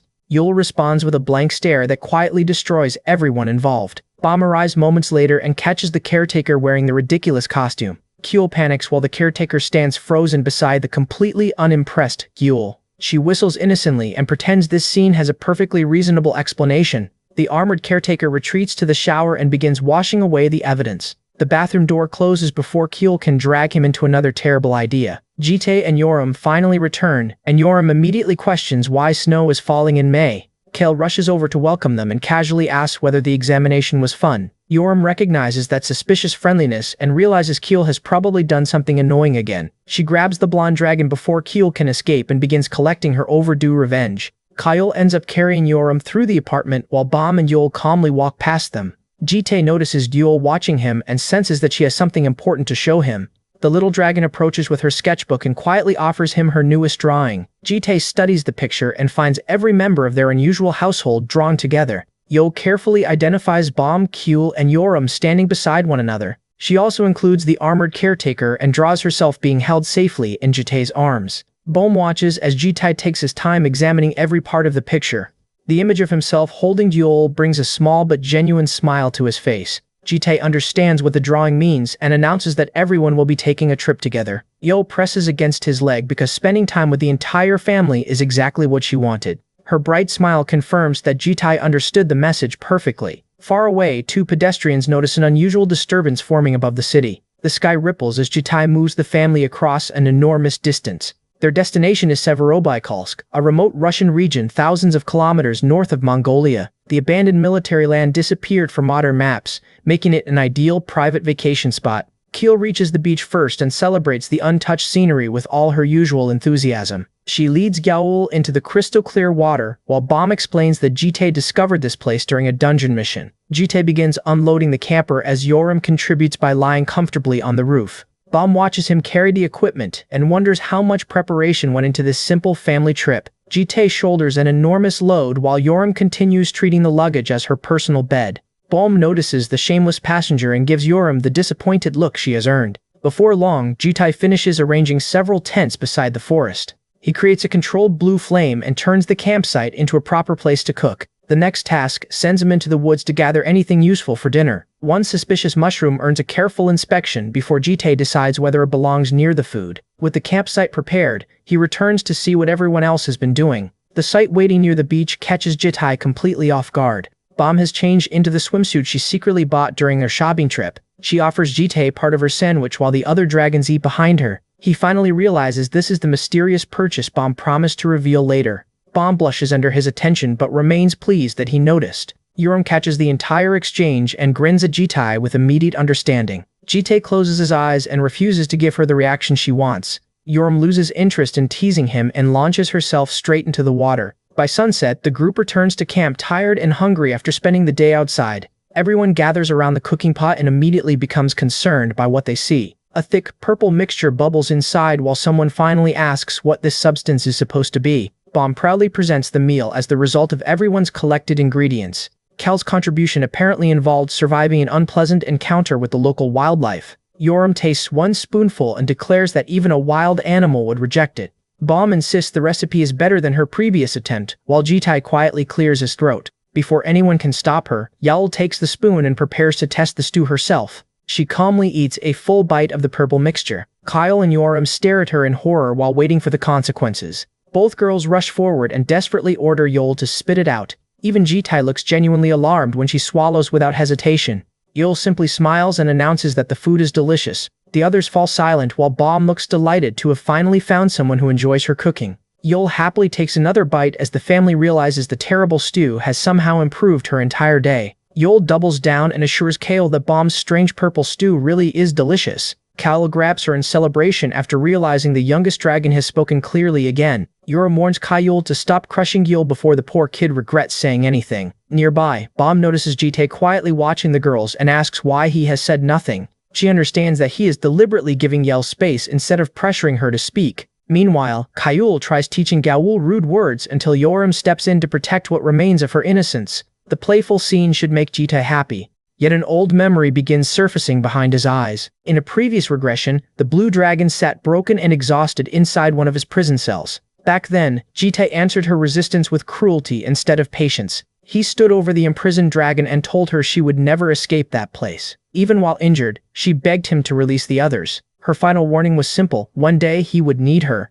Now Yahello stands before him freely, without the fear that once filled her eyes. She happily repeats the word food, pulling his attention away from that painful memory. The smallest hint of relief appears across Jitai's face. Refusing to drown in a regressor's regret, Jitai kneels and meets Jewel at her level. Kule and Yoram fall quiet when his usual emotional distance suddenly disappears. Bomb watches from nearby and understands exactly what this moment means to him. Jitai gently pats Jewel's head and thanks her for trusting him in this life. She closes her eyes and accepts the affection with a peaceful smile. Once dinner ends, the ruined pot and purple dishes become the family's next problem. Yoram argues that surviving the meal should already count as her contribution to cleanup. Bomb assigns the core to Kyle and Jiol while calling it the younger girl's responsibility. Yoram attempts to slip away, but Bomb catches her with one hand on the shoulder. Bomb calmly announces that everyone will clean together, instantly destroying Yoram's escape plan. After one terrifying look from Bomb, Yoram reluctantly accepts her fate. She places a hand against the ground and activates a large summoning circle.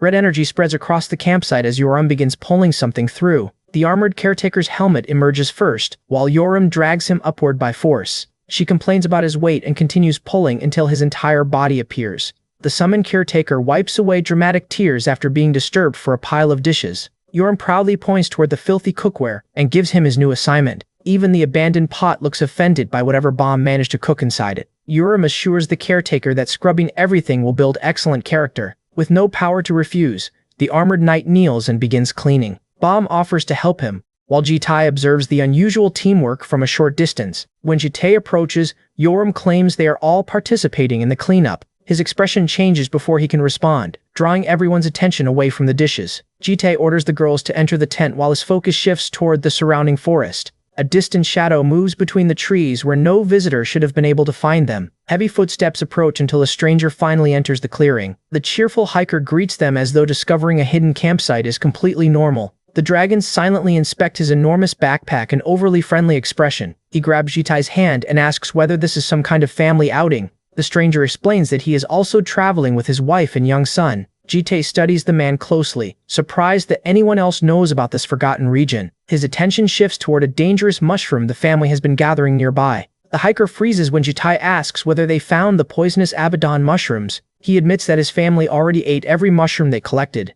The awkward hiker then reveals that he planted them himself and never expected anyone else to visit. Jitai recognizes that surviving those mushrooms would require an absurd level of regeneration. One closer look confirms that this ridiculous camper is far stronger than he appears. The man cheerfully introduces himself while holding his son beside his pregnant wife. His name is Myongyangha, the 9th-ranked global superhuman known as the Druid of Regeneration. Across previous regressions, Yanga became both a valuable national asset and a dangerous opponent. Jitai remembers little about the man himself, but he recalls how deeply Yangha worried about his sickly wife. Seeing her pregnancy now explains why Yanga planted such powerful medicinal mushrooms here. Jitai reaches into the void's shallowest and retrieves something far more valuable. He tosses Yanga a rare medicinal root without making a big deal out of it. The gift is a 1,000-year-old ginseng capable of helping his weakened wife. Yanga and his family bow repeatedly while thanking Jitai for the unexpected kindness. Jitai turns away before the grateful family can make the moment any more uncomfortable. Yangha quickly offers to repay them by showing everyone the best view in the area.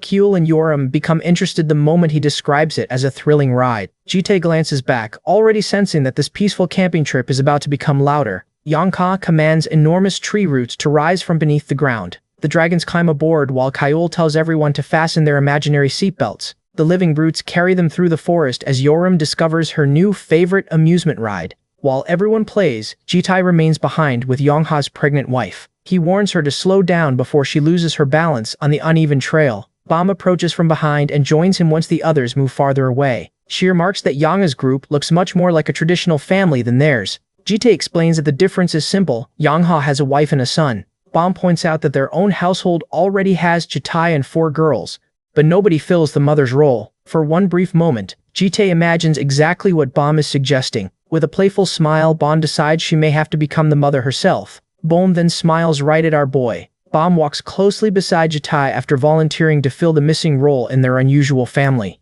She leans toward him and playfully declares that she will have to become the mother. Jitai immediately realizes where that suggestion would place him and struggles to answer. Bomb watches his expression with a satisfied smile. She finally laughs and claims she was only joking. Jitai covers his burning ears while Bomb enjoys how easily she managed to embarrass him. Their peaceful moment ends when the Grand Clock reports that it found information about Prototype X. Jitai listens carefully as the message reaches him. Bomb notices the sudden change in his expression and wonders what happened. He opens a portal and leaves without explaining more than the urgency of the situation. Bomb remains behind with the armored caretaker and explains that Jitai had important business. Being abandoned immediately after teasing him leaves her looking slightly disappointed. She recovers by joking that the caretaker only appeared because he had finally finished cleaning. Jitai's portal carries him directly to Moscow. A female agent waits alone above the glowing city. He steps through the portal and joins her on the rooftop. The agent greets Jitai respectfully as her lord. He says she did not need to travel this far if she was busy, but she insists the meeting matters. She hands him a classified report containing everything the Grand Clock uncovered. Jitai realizes the document concerns a new operation against the demonic humans. The International Superhuman Alliance is secretly organizing a 70-person raid unit. Jitai's early interference has weakened the demonic humans and revealed that someone is hunting them. The surviving enemy faction now plans to move before it loses any more valuable members. The agent watches silently while Jitai considers what their sudden activity means. He burns the report and decides to investigate the operation personally. The agent accepts his decision and asks him to be careful. Back at the campsite, the two families spend their final night together beside the quiet lake. Yanga laughs loudly while entertaining the children. Keel joins the game with Gil while Yoram questions how everyone still has this much energy. Bohm suddenly notices something unusual forming above them. Jitai returns to the campsite just as everyone begins looking toward the sky.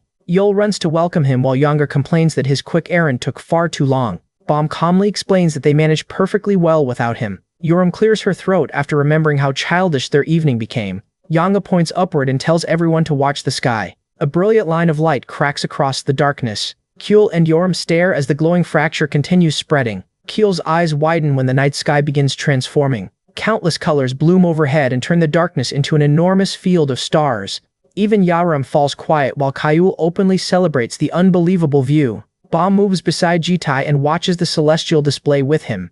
The sight reminds Jitai of the lonely man he once was before the dragons entered his life. The stars reflect across Bohm's eyes as she takes in every detail. Her usual playful expression fades into genuine wonder. A shower of glowing lights begins falling across the sky. Keel eagerly records the display while Yoram watches beside her. Yanga stands with his wife and son beneath the same peaceful sky. Their young boy looks upward with innocent amazement. Jitai lifts Jewel so she can see the lights without anyone blocking her view. The little dragon stares at the sky with shining eyes. Yul quietly calls it beautiful as both families share the moment together. Morning eventually returns to the remote lake and surrounding mountains. The families gather near the shore and prepare to travel home. Yanga shakes Jitai's hand and thanks him for everything he did for them. He leans closer and enthusiastically promises that they should meet again. Yanga pauses when Jitai's attention shifts toward his wife. Jitai gives him a final warning not to ignore any changes in her health. His serious expression makes it clear that the advice is not casual. Nearby, Bohm watches Joel and Yangha's son standing silently beside the water. The peaceful day carries forward while an unseen problem continues approaching Yangha's family. His wife steps along the shore and briefly looks as healthy as anyone else. Jitai remains uneasy and keeps watching her condition. She suddenly coughs and finds blood against her hand. Yanga turns in alarm as Jitai's warning becomes real almost immediately. He quickly takes his wife and son through a portal while promising Gil they will meet again. Jitai walks back toward the water with Bohm and Jiul after the family leaves. Bohm notices that Jiul has become unusually quiet. Jitai places a hand on Bohm's shoulder and asks what the youngest dragon is doing. Bohm explains that Yul has simply been staring at the lake. Jitai studies the water and realizes what caught her attention. Yul looks unhappily at the piece of trash floating beside her reflection. Jitai reaches into the water and removes the discarded bottle himself. She watches him closely and understands that he noticed the same problem. He empties the bottle and gives it to Gyul so she can dispose of it properly. The little dragon holds the bottle and considers the small responsibility. Yul smiles and agrees to take care of it. The family finally heads toward the vehicle while Yoram and Kayul resume arguing behind them. Elsewhere, Yangha sits beside his wife inside a hospital room filled with medical equipment. She lies unconscious while a breathing mask supports her weakened body. Yangha watches helplessly as the condition he feared continues worsening. A familiar hand suddenly lands on his shoulder from behind. Yangha turns and finds an unexpected visitor standing inside the room with a drink in hand. The newcomer greets him casually as BM, the first returner and second-ranked superhuman in the world. BM finds Myung Yangha waiting outside Hawan's hospital room after her sudden collapse. The legendary returner casually drinks juice while the hospital staff continue moving around them. Yangha greets his old friend with the same easy smile he shows everyone. This relaxed visitor is BM, the first returner and second-ranked superhuman in the world. One glance tells BM that Yangha's cheerful expression is only an act. He asks about Hawan's condition while Yangha struggles to give him a hopeful answer. Yangha insists that his wife will recover, but the confidence in his smile has disappeared. His mouth tightens as the fear he has been hiding finally rises to the surface. The doctors cannot even identify what is weakening Hawan while she lies unconscious. Yangha blames an ancient virus from the war and regrets failing to protect her from it. BM watches his friend hold everything inside and questions how long he plans to keep pretending. The comment makes Yangha finally release the anger and helplessness he has been suppressing. He crushes the tissue and rejects every ranking that cannot help him protect his family. Nothing matters to Yangha now except seeing Hawan healthy again. BM leans closer and quietly studies the rare sight of his friend crying. Yangha asks what he is doing while BM examines his face with absolutely no shame. BM bursts out laughing since the cheerful giant almost never lets anyone see him break down. He remembers Yangha crying just as dramatically when Hawan gave birth to their child. Yangha asks for actual comfort, so BM tosses him a mysterious golden medicine instead. Yangha catches the object and demands to know what BM just handed him. BM calls it extremely valuable and admits its effects have not been properly verified yet. The strange gift reminds Yongha of the ancient ginseng Jitai gave him during the camping trip. Before BM leaves, Yongha calls him back and asks him to examine the unfamiliar root. The returner immediately stops when he hears that even Yongha cannot identify it. BM turns around with interest, realizing someone has recently obtained an item even he has never seen. Meanwhile, the dragon's peaceful vacation continues beside the bright blue water. A monkey chases a bird across the beach after the tiny criminal steals its lunch. Yul watches the animal argument from a rock while hugging her new teddy bear. Something farther down the beach catches her attention through her oversized sunglasses. Jitai's silhouette appears in the reflection as he waits for her near the water. He waves Joel over and invites her to play with him. The little dragon freezes before excitement completely replaces her surprise. Yul charges across the floating teddy bear as the waves carry it toward Jitai. She plants one foot firmly and prepares to leap from the unstable toy. Yul launches herself through the air with complete trust that he will catch her. Jitai catches her safely and lifts her above the water. A genuine laugh escapes him as their simple game continues. Seeing Jitai enjoying himself brings a bright smile to Yul's face. The two keep playing until Joel decides this has become the best part of the entire trip. That night she falls asleep hugging the bear while dreaming about the ocean. Jitai quietly checks the room and confirms that Yul is sleeping peacefully. He closes the door and walks to the dark apartment alone. Even the armored caretaker has fallen asleep after another long day serving the household. Yoram is also completely unconscious while Jitai passes without waking her. Once he knows everyone is resting, the warmth leaves his expression and the mission returns to his mind. Bom appears behind him and asks why he is still awake. She asks to accompany him, but Jitai promises that he will be back soon. Bom senses that he is avoiding the real answer and asks where he intends to go. Jitai refuses to face her while deciding how much he can safely explain. He continues down the hallway and tries to leave the conversation behind. When Bom keeps questioning him, Jitai coldly says the matter is none of her business.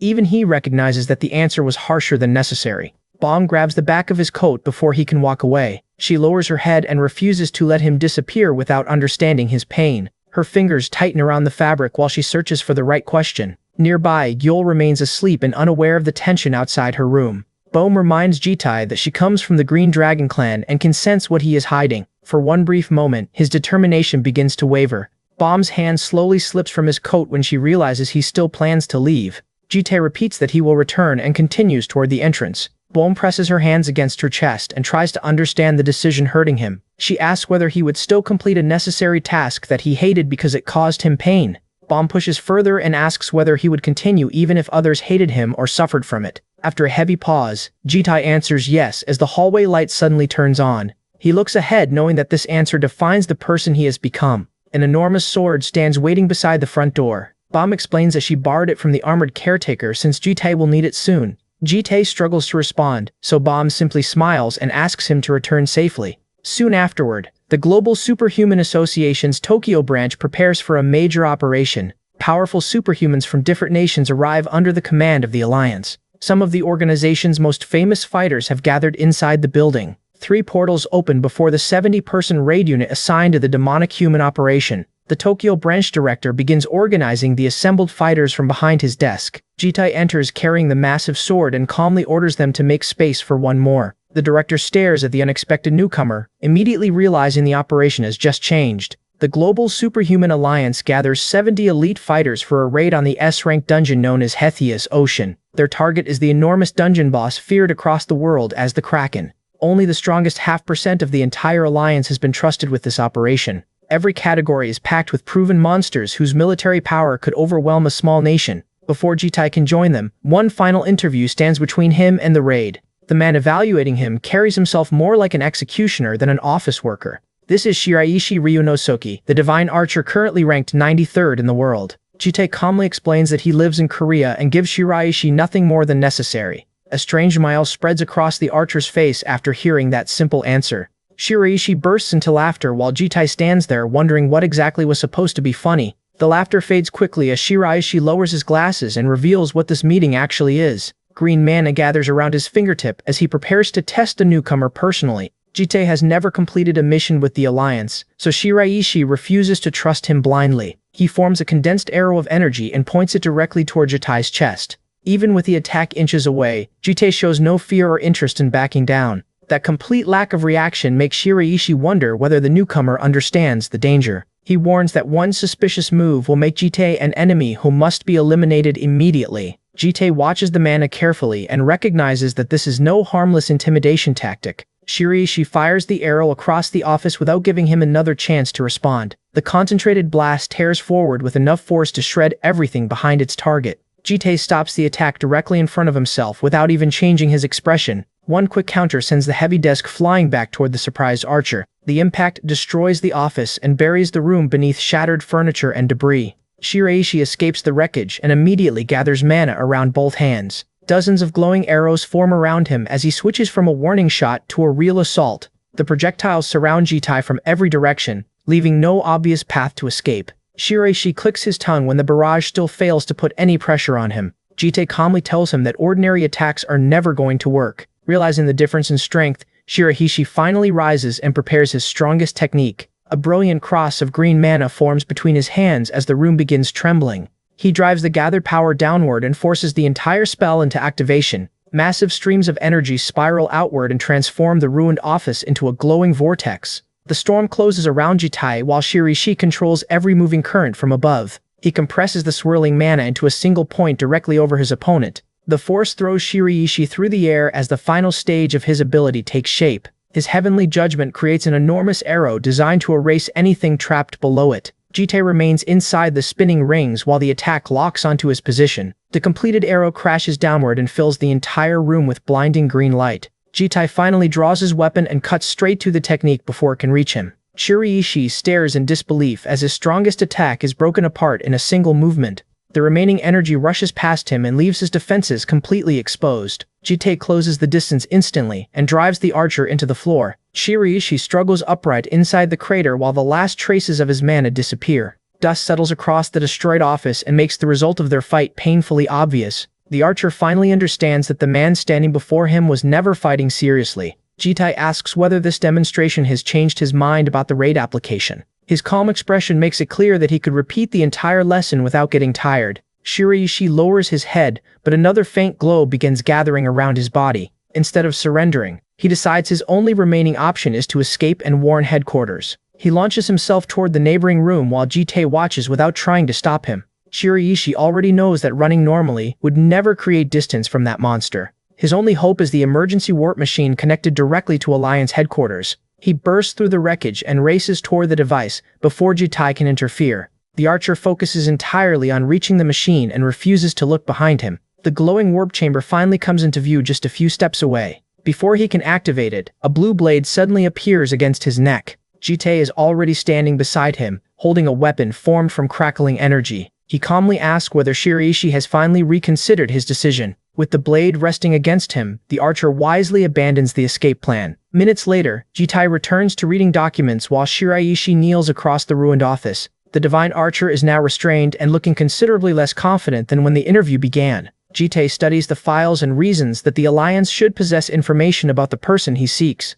Shiraishi notices the sudden seriousness in his expression and stops trying to argue. Jite orders him to search the Alliance records for several specific individuals. The documents contain scattered reports and heavily concealed identities connected to his investigation. Shiraishi explains that almost no reliable information exists on the names Jite has marked. Jite presses him for anyone else who might recognize the descriptions inside those files. The archer contacts a standby operator and urgently orders her to report to his office. Before she arrives, one of Jite's hidden subordinates establishes a private connection with him. The subordinate reports that they have uncovered new information concerning Prototype X. Jite listens closely as the report turns toward the prototype's recovered memories. The possibility behind those memories immediately hardens his expression. He gives a cold response and refuses to let personal feelings interfere with the mission. At that moment, the requested operator steps through the doorway wearing golden armor. Shiraishi panics when she sees the destroyed office and the suspicious scene waiting inside. He quickly claims that he merely fell, producing an excuse so weak it practically needs medical attention. Jite ignores the explanation and studies the newly arrived operator in silence.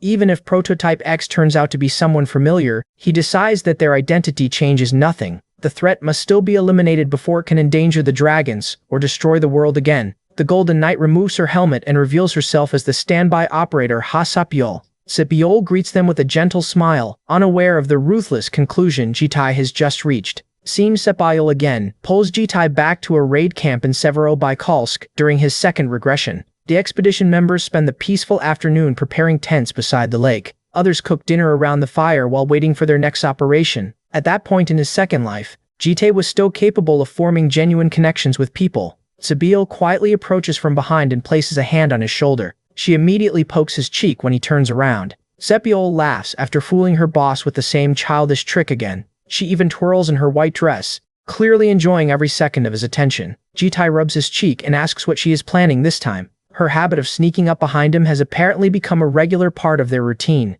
Sepiol refuses to explain and challenges him to catch her first. The soldiers watching nearby assume the two have been dating for some time. One man seems more interested in their relationship than the food he is supposed to be watching. Jitae catches Sepiol almost instantly and carries her back through the shallow water. A soldier explains that Sepiol once spent her days caring for children at an orphanage. The war eventually destroyed that orphanage and took every child she had protected. Sepiol was left alone among the ruins with nothing except grief. Soon afterwards, she awakened as an operator-type superhuman and drifted toward the battlefield. The others understand that her cheerful personality hides a past far heavier than she admits. Later that night, Sabil secretly calls Jitae away from the camp. She leads him into a quiet meadow and seems unusually nervous about what comes next. A full moon hangs over them while she gathers the courage to speak. Sepiol begins by proudly announcing that a beautiful girl is standing right in front of him. Jitae waits patiently while she struggles to turn the joke into an actual confession. She clears her throat and tries to restart with a little more dignity. Her sudden seriousness makes Jitae's instincts react as though something dangerous is approaching.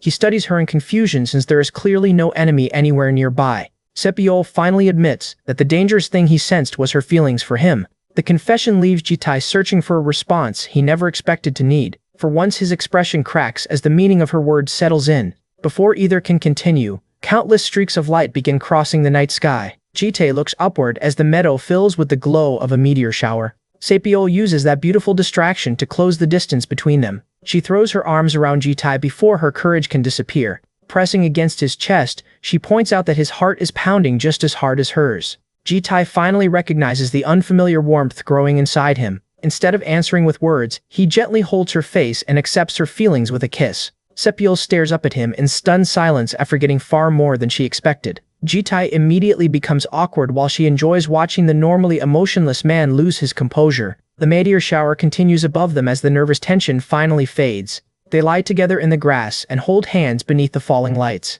Sepiol begins wondering aloud about what kind of future they could share. Jitae quietly listens while allowing himself to imagine that future beside her. They even discuss having a family, though Sepiol worries about how pregnancy would affect her altered body. That hopeful memory gives way to the ruined future waiting at the end of the second regression. Demonic power and enemy manipulation turn the battlefield into a trap neither of them can escape. Sepiol desperately begs Jitae to regain control before it is too late. His body raises its weapon against her even while she continues pleading for him to stop. Jitae fights the control with everything he has, but his own movements no longer obey him. The true attacker remains at a distance and controls him through supernatural threads. The puppeteer is Hasegawa, a disaster-class demonic human who enjoys turning affection into suffering. He mocks Jitae while blaming him for every life and structure destroyed during their confrontation. Each movement of Hasegawa's fingers forces Jitae farther beyond his own control. Once the damage is done, Hasegawa casually walks away and calls it punishment for opposing demonic humans. The monster laughs over the destruction while Sepiol lies motionless nearby. Jitae finally regains awareness and realizes that Hasegawa used his own hands against the person he loved. With Sepiol gone and the world collapsing, the system declares that Jitae has failed to save Earth. Back in the present, Sepiol pokes his nose with the same playful gesture from that lost timeline. She smiles innocently, without realizing what memories her touch has just awakened. Jitae remains silent while Shiraishi panics over her casual treatment of the terrifying newcomer. The archer quietly warns Sepiol not to get on Jitae's bad side. Jitae activates the Grand Clock to search for any influence originating beyond the current timeline. The authority identifies Sepiol and reveals that her life has changed drastically during this regression. In the previous timeline, the orphanage tragedy drove her into a contract with Rumshada and transformed her into a demonic human. The Grand Clock also detects fragments of Sepiol's memories connected directly to the regressor. Jitae closes his eyes as he compares the woman before him with the person he failed to protect. Sepiol and Shiraishi wait nervously while he reaches a decision. Jitae finally announces that he will personally participate in the upcoming operation. Soon afterward, the raid force enters Hathaya's ocean beneath violent storms and towering waves. The first operator steps through a glowing portal and plants an armored foot inside the dungeon. Dozens of elite superhumans follow and quickly spread across the rocky shoreline. Shiraishi orders everyone to maintain formation while Seppiel prepares in her golden armor. Jite enters behind the main force, determined to prevent this timeline from repeating the tragedy he remembers. Hytheus Ocean welcomes the raid with violent waves, endless rain, and enough lightning to make the shoreline feel alive. The dungeon system assigns Yujitai and Hasai Biol as operators for the assault. Nearby fighters notice the unknown operator beside Seppiel and immediately begin questioning who brought him. Seppiel casually introduces Jitai as an acquaintance, while Shiraishi watches the exchange. Jitai rejects that description with one flat no. The blunt answer leaves Shiraishi coughing through a painfully awkward silence. Seppiel recovers by assuming Jitai must belong to the Alliance inspection team. He gives her nothing, which only makes the atmosphere stranger. Embarrassed by the silence, she lowers herself and searches for an excuse to escape. One nervous wink later, Seppiel claims she needs the restroom.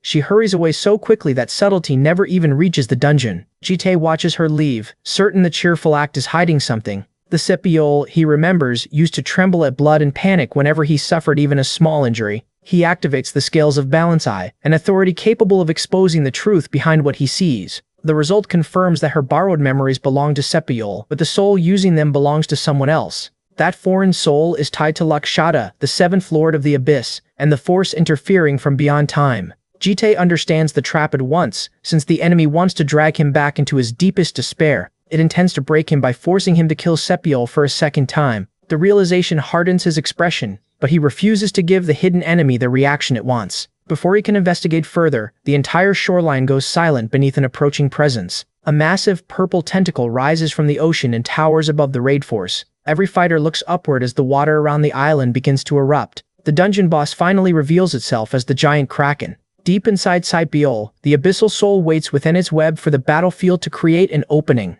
Countless tentacles surround the rocky arena and cut off every easy route of retreat. The raiders quickly realize the creature is far larger than any report suggested. Shiraishi gathers his mana and jokes that everyone can drink after they finish this quickly. His voice turns serious as he orders the front guard forward. The armored fighters charge together before the kraken can settle into the battlefield. Their opening attack crashes into its head and forces the giant creature backward. The kraken answers by smashing the cliffside and scattering stone across the formation. Another concentrated strike lands across its face before it can regain balance. A golden front guard leaps above the monster with his weapon raised. The rest of the vanguard attacks from several angles to keep the kraken occupied. Their golden knight drives his blade directly into the creature's glowing eye. The kraken screams as the wound sends pain through its enormous body. A hooded fighter notices the surrounding tentacles moving before anyone else does. The front guard has already pushed too close to the monster to retreat cleanly. A hidden tentacle bursts through the formation and turns their clean opening into a trap. Support fighters respond by wrapping the kraken's limbs in glowing chains. Operators amplify the binding magic while the sharpshooters keep firing into the restrained boss. The ranged fighters maintain pressure and buy the operators time to locate a true weakness. Chains and projectiles cover the kraken, but its strength continues building beneath them. One golden chain snaps, warning everyone that the restraints will not last. The support team strains to preserve the spell while the monster tears through their mana. Shiraishi sees the formation collapsing, and Jitai calmly watches from behind him. Jitai points out that the kraken reacted most violently when its eye was struck. Shiraishi immediately marks the exposed eye and calls for the assigned operator. Only then does he realize Seppiel has vanished from her position. Her unexplained absence leaves Shiraishi with no operator to guide the decisive attack. With the bindings failing, the support team demands a decision before the kraken breaks free. Shiraishi abandons the missing operator and gathers enough wind mana to aim the shot himself. The release of power blasts nearby fighters aside as he launches toward the monster. He races past the tentacles and closes the distance to the wounded eye. Shiraishi addresses the monster of the abyssal ocean while condensing his remaining strength. A gigantic green bow forms around him as the entire battlefield becomes his firing line. He releases Colossal Bow and sends a massive arrow straight toward the kraken. The shot locks precisely onto the damaged center of its eye. Green energy pierces the target and detonates inside the creature's head. The kraken convulses beneath the impact as energy and seawater explode around it. The exhausted raiders stare through the rain and wonder whether Shiraishi succeeded. The enormous boss finally collapses into the ocean and appears to stop moving. Shiraishi lands on the cliff, but the attack leaves his injured shoulder shaking. He knows the shot lacked its full strength because Jitai damaged that shoulder before the raid. The kraken will recover from that wound, so Shiraishi prepares to finish it immediately. At that exact moment, Seppiel drops from above and approaches him from behind. Her armored boot hangs over Shiraishi before he senses the attack. She dives toward the wounded archer with enough force to end the fight herself. Red light fills Sapiol's eyes as the demon inside her orders the human to die. Jitai intercepts instantly and pins her down before she can reach Shiraishi. The recovering kraken erupts beneath them and sends a towering wall of water across the cliff. Shiraishi can only stare as Jitai and Sapiol disappear beneath the violent surge. Broken pieces of Sapiol's golden armor sink through the dark water. Her body follows the debris while the damaged suit loses its remaining power. One red eye opens underwater, proving the creature controlling her is still fully conscious. She cannot understand how Jitai recognized her plan before she ever made her move. Jitai answers that the thing before him does not truly know who he is. Memories of the life he shared with Sapiol drift between them beneath the water. He declares that Sapiol and the man he was back then are both dead, since he killed them himself. Jitai lowers his eyes as the weight of that confession settles over him. The demon smiles through Sapiol's face and confirms the dangerous truth that Jitai already knows her. Jitai and Sapiol's stolen body continues sinking while the battle above disappears into silence. Jitai calmly tells the creature that he and Sapiol were once lovers. They held hands and kissed beneath the stars during a life that now exists only in memory. Prototype X holds his face and studies him through the woman whose memory she stole. She mocks the confession and claims the real Sapiol would have rejected him immediately. Her playful expression vanishes as she strikes Jitai and sends him through the water. The golden armor breaks apart while her borrowed body transforms into Prototype X's complete form. Jitai answers that the final memory she should possess is the moment Sapiol killed him. After completing her molting, Prototype X promises that it is finally her turn to kill him. She smiles as though the result has already been decided. Countless demonic limbs spread around her as she launches herself forward. The first wave closes around Jitai from every direction. He dives through the narrow opening before the limbs can trap him. One clean swing cuts through several attacks before they reach his body. The severed limbs recoil while Jitai continues moving without losing speed. He releases a wide underwater slash that forces Prototype X to defend herself. She charges through the attack and refuses to give him room to recover. More limbs surround Jitai as the entire ocean becomes her weapon. Prototype X realizes this man moves nothing like the Ujitai preserved inside Sapiol's memories. She grabs his wrist and stops his sword before he can swing again. Her armored hand tightens as she tries to overpower him directly. Prototype X pulls herself close enough to search his expression for hesitation. She assumes guilt will prevent him from killing the woman he once loved. Her taunts continue as she recalls the suffering Jitai inflicted during another forgotten life. The grand clock reacts and golden fractures spread through the malice-controlling Sapiol. Light erupts from Jitai's sword and wraps around Prototype X before she can escape. The foreign power tears through her control and leaves the demon screaming in confusion. The grand clock blocks the malice from reaching Jitai, while the energy stored inside his sword awakens. He remembers Bomb lending him that stolen fragment earlier, certain he would eventually need it. With the final piece in place, Jitai understands how to save the host beneath the demon. He can remove both the malice and demonic authority without sacrificing Sapiol. Prototype X finally panics when she realizes her hostage no longer protects her. Jitai raises his sword and orders the creature to stop using an innocent woman's body. He drives the glowing blade through the web of malice surrounding her. Cracks spread across the transformed body as Sapiol's demonization begins collapsing. The damaged host falls toward the Kraken, but Prototype X is far from finished. She smiles when the enormous dungeon boss comes into view beneath her. Instead of retreating, she dives directly toward the monster. Prototype X lands on the Kraken and anchors her remaining limbs into its body. She uses the wounded boss as a new source of strength before her transformation disappears. A red demonic pattern spreads through the connection between them. The Kraken's eye opens again as Prototype X seizes control of the creature. Jitai recognizes the fusion and watches the newly awakened monster without panic. Prototype X unleashes the Kraken's full rage before Jitai can reach Sapiol again. Massive tentacles close around him and swallow the surrounding water in darkness. Jitai activates the second form of his SS rank formless sword. Black energy pours from the weapon and coils around him in connected links. His expression hardens as the second form finishes taking shape. The chain link form spreads across the Kraken and binds every part of its enormous body. Prototype X watches the black links tighten through the monster she has taken over. She cannot find this ability anywhere inside Sapiol's memories of Jitai.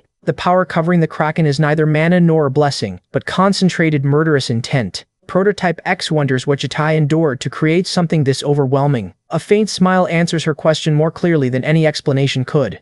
She looks upward and finally understands that the Kraken was never enough to stop him. Jitai releases the stored power through the monster's entire body. A massive golden impact erupts from the ocean and tears through the surface. The raid members scatter as the shockwave reaches the shoreline. Shiraishi immediately recognizes the ominous energy as the power belonging to Jitai. The raging water collapses inward as the Kraken's presence finally disappears. Moments later, Jitai steps onto the ruined shore beneath a suddenly peaceful sky. He carries the unconscious Sapiol away from the dungeon after separating her from Prototype X. The Grand Clock begins collecting every trace of malice still hidden inside her body. It warns that Sapiol will need regular examinations until every remaining trace is found. Before Jitai can process the warning, his communicator begins vibrating. Keel desperately calls him home after catching Yoram drinking his alcohol during his absence. Behind him, a Theus ocean settles around the final remains of the defeated Kraken. Jitai returns home while still carrying Sapiol in his arms. Bomb and the younger dragon stare at their guardian's unexpected guest in complete shock. Even inside the peaceful house, Prototype X's accusation continues echoing through Jitai's mind.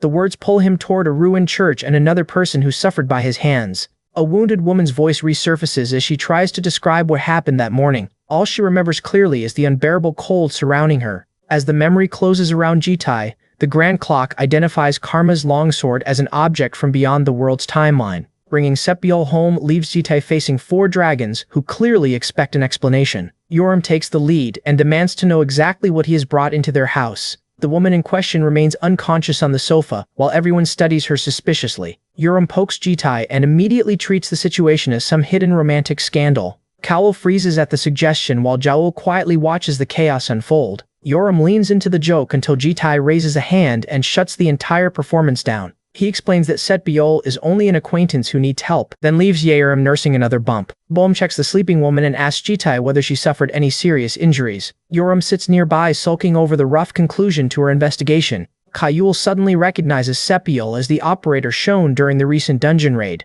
Everyone gathers closer as Jitai gives them the limited explanation he can safely reveal. Kyo confidently announces that her evidence proves this woman is definitely connected to him. Jitai points toward the armored captive and explains that Sapiol is suffering from a similar condition. Yoram argues that the sleeping woman looks far less dangerous than their depressed metal janitor. Kyle and Baum still want to know why Jitai decided the house was the safest place for her. Baum studies his expression and realizes the situation is more serious than he is admitting. Keel celebrates after believing her courtroom performance successfully cornered him. Baum drags the proud lawyer away while asking whether her performance felt convincing. Jitai asks Yoram to help monitor Sapiol until he understands what remains inside her. For the moment, Sapiol continues sleeping peacefully beneath the blankets. The house returns to normal until a scream tears through the quiet morning. Even the birds outside scatter from the sudden noise. Jitai rushes toward the room with Yoram and Yul following close behind. They find Sapiol awake, covered in spilled food and panicking over her unfamiliar surroundings. Jitai keeps Gaul safely in his arms while Yoram announces that their guest is finally awake. Yoram raises both hands and tries to calm the confused woman before things become physical. Sapiol notices the red-haired dragon and immediately grows even more agitated. She begins swinging wildly while demanding to know where she has been taken. Jitai receives a new alert and briefly wonders whether keeping her alive will become impossible. The Grand Clock reports that it has collected 10% of the malice remaining inside Sapiol. It reveals that anyone exposed to this force will suffer mental corruption until every trace is removed. Jitai finally understands that her violent behavior is being amplified by the remaining malice. Golden energy surrounds Sapiol as the corrupted emotions begin overwhelming her judgment. She suddenly launches herself toward Yoram without listening to another word. Yoram calmly checks Jitai's reaction before handling the incoming problem herself. Sapiol swings the bottle in her hand while Yoram meets her attack head-on. Yoram catches her wrist before the improvised weapon can connect. One quick turn sends Sapiol flipping across the room. Her body sails beneath the chandelier as the brief confrontation becomes completely one-sided. Yoram looks back at Jitai as though the situation has already been solved.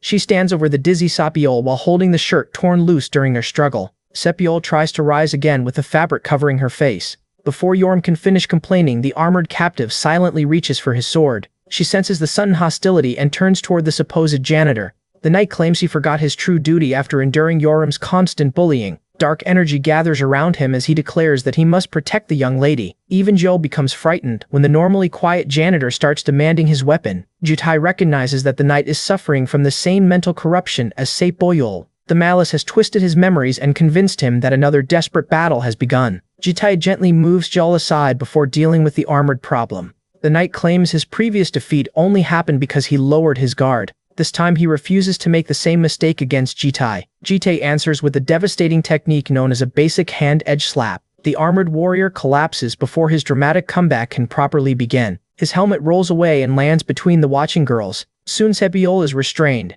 The knight is unconscious, and Yoram has stolen his helmet for entertainment. Yoram asks why Jite cannot simply leave both patients at a hospital. She continues testing the helmet while waiting for an actual explanation. Instead of answering immediately, Jite tears open a purple portal inside the room. The gateway stabilizes and reveals the private dimension hidden beyond it. Ancient stone corridors stretch through the darkness on the other side. The enormous structure descends through countless locked chambers and broken passages. Yoram enters the labyrinth and immediately decides Jitai's secret base looks surprisingly cool. Jitai carries Jewel through the barred corridors while Yoram explores behind them. She jokes that he probably locks people inside whenever they refuse to obey him. Deep within the prison, a bandaged figure remains collapsed behind another set of bars. A single red eye opens as the stranger notices movement passing through the labyrinth. Jitai senses the presence but keeps Yol close and continues toward his actual destination. Their footsteps echo through the empty stone corridors. The group eventually stops outside a reinforced door marked with the initials BM. Yoram and Yul stare upward while Jitai prepares to enter the sealed room.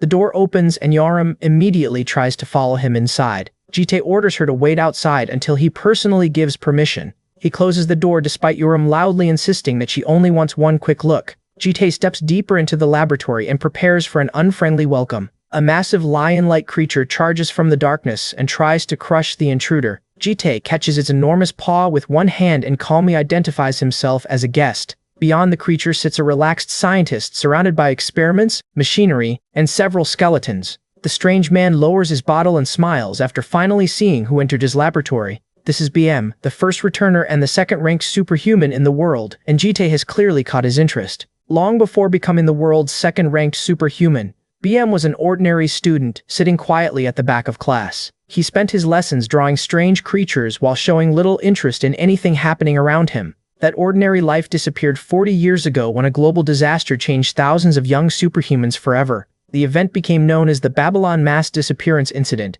where superhuman children vanished by the thousands without leaving a trace. Danger World searched for them, but every investigation ended with empty classrooms and grieving families. Those children remained missing for years until one young man suddenly returned to Earth alone. That survivor eventually became known by the simple nickname BM. The powerless student had returned with enough strength to claim second place in the global superhuman rankings. Back in the present, that legendary returner stands before Jitai looking more like an exhausted scientist than humanity's second strongest fighter. BM casually handles the enormous chimera guarding his laboratory while welcoming his unexpected guest. Jitai has already subdued the creature, leaving another expensive experiment twitching helplessly on the floor. BM checks the chimera for damage and complains that visitors should treat his creations with more respect. Despite his relaxed smile, he immediately asks why Jitai has entered this private laboratory. Jitai explains that he needs BM's knowledge and access to materials unavailable anywhere else. His expression makes it clear that this is not a request he plans to leave unanswered. BM climbs over the fallen chimera, while considering whether helping this dangerous stranger is worth the trouble. Jitai waits silently as the scientist begins explaining his own conditions.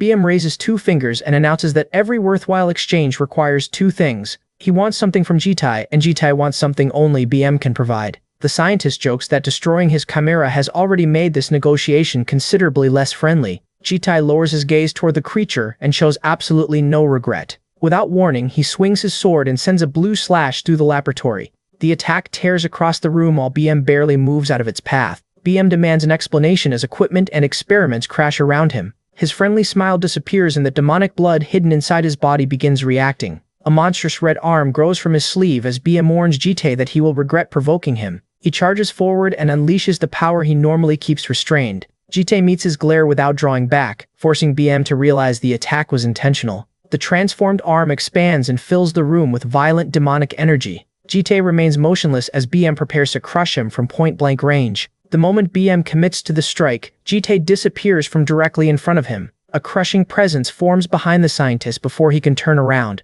BM's body freezes as an overwhelming illusion convinces every instinct that death is standing beside him. Even the demonic blood running through his arm recoils in fear. Dark hands surround BM's mind while Jitai calmly watches the reaction. The blood inside that arm remembers danger powerful enough to terrify it on sight. BM recalls experiencing the same instinctive fear while confronting the first-ranked superhuman Oscar Bruising. Jitai ends the pressure and begins searching through BM's equipment as though nothing happened. The scientist stumbles after him and demands to know what he is making. Jitai picks up a sealed container and checks the substance inside. BM watches suspiciously while pretending the previous humiliation never happened. Using the scales of balance eye, Jitai identifies the exact properties stored within the container. He opens it after confirming that the material can safely serve his purpose. BM complains about Jitai casually rearranging a laboratory that took decades to build. Jitai tells him that he will visit regularly from now on. He explains that 2 patients need treatment.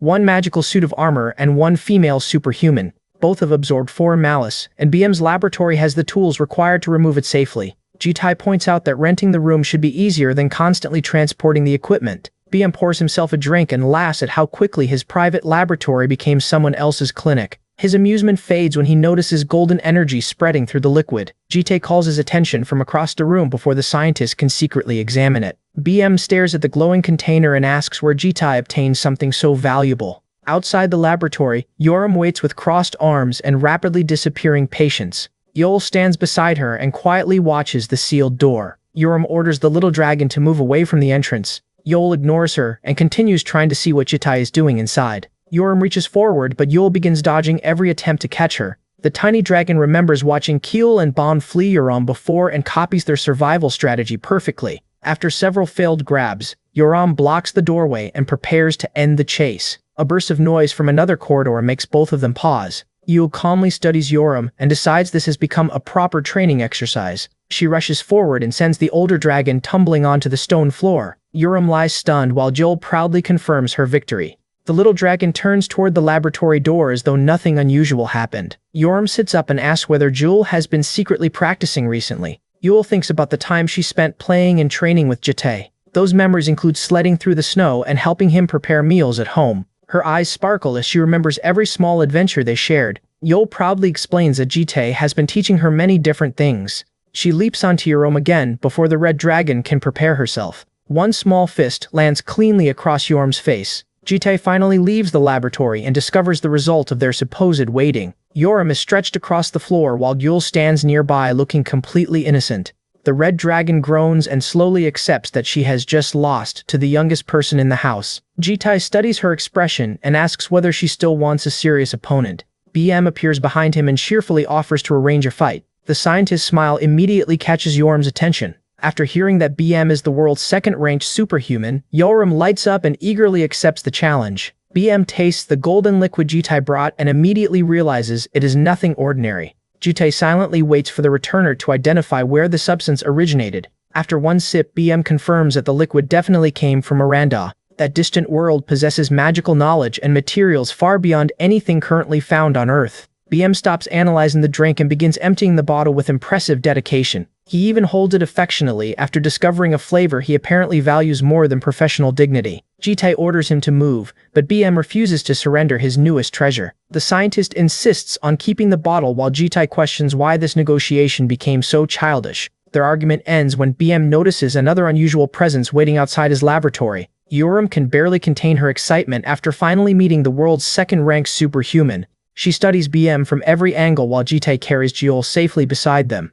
Jitai introduces the two, though Yoram already knows far more about BM than necessary. Yol quietly peeks over her stuffed animal and observes the strange scientist from a safe distance. The moment BM glances her way, she immediately hides behind the bear again. Yoram wastes no time asking whether BM will fight her. Her face lights up at the possibility of finally finding someone who can withstand her full strength. BM agrees with an amused smile, interested in seeing what an actual red dragon can do. Yoram imagines the legendary returner as an unstoppable warrior worthy of challenging her. BM has already encountered powerful beings from her race during his years trapped beyond Earth. Yoram becomes slightly less confident after hearing how casually he discusses those battles. The scientist heads toward the training room and invites her to test the answer personally. He claims that he has fought 5 opponents like her before and considers himself stronger than every one of them. That warning only makes Yoram's smile wider. BM activates the sealed training chamber before their excitement destroys his laboratory instead. The two enter the open arena and create enough distance to begin properly.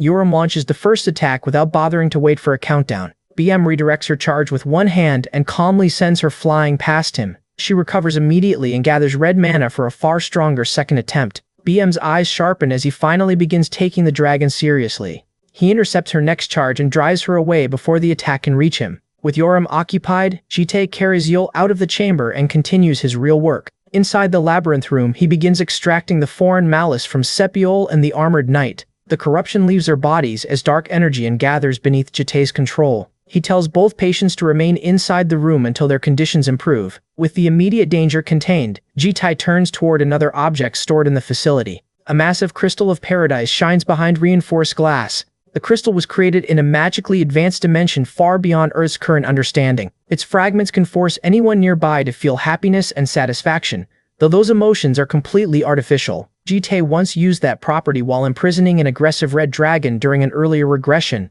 The memory returns with every desperate sound that filled the same room back then. After being trapped for so long, the dragon eventually begged Jite to end her suffering. That experiment failed and Jite instinctively holds Jiul closer as the memory fades. The little dragon smiles in his arms without knowing what her presence has just pulled him away from. Meanwhile, Kaol spends the evening relaxing at home after another ordinary day. Night settles over the house while the family waits for Yoram and Jite to return. Bohm reads with Daul on her lap and keeps the youngest dragon comfortably occupied. Yoram finally staggers inside after spending far longer with BM than anyone expected. She admits their match lasted quite a while, though her exhausted body tells the story more honestly. When someone suggests she enjoyed being around BM, Yoram rejects the accusation with immediate fury. Jite returns to the living room and finds Bohm watching the argument with quiet concern. Yul peeks over the couch and studies Yoram's condition. The defeated dragon retreats upstairs and hangs a warning sign outside her room. She collapses upside down across the furniture while replaying the fight in her mind.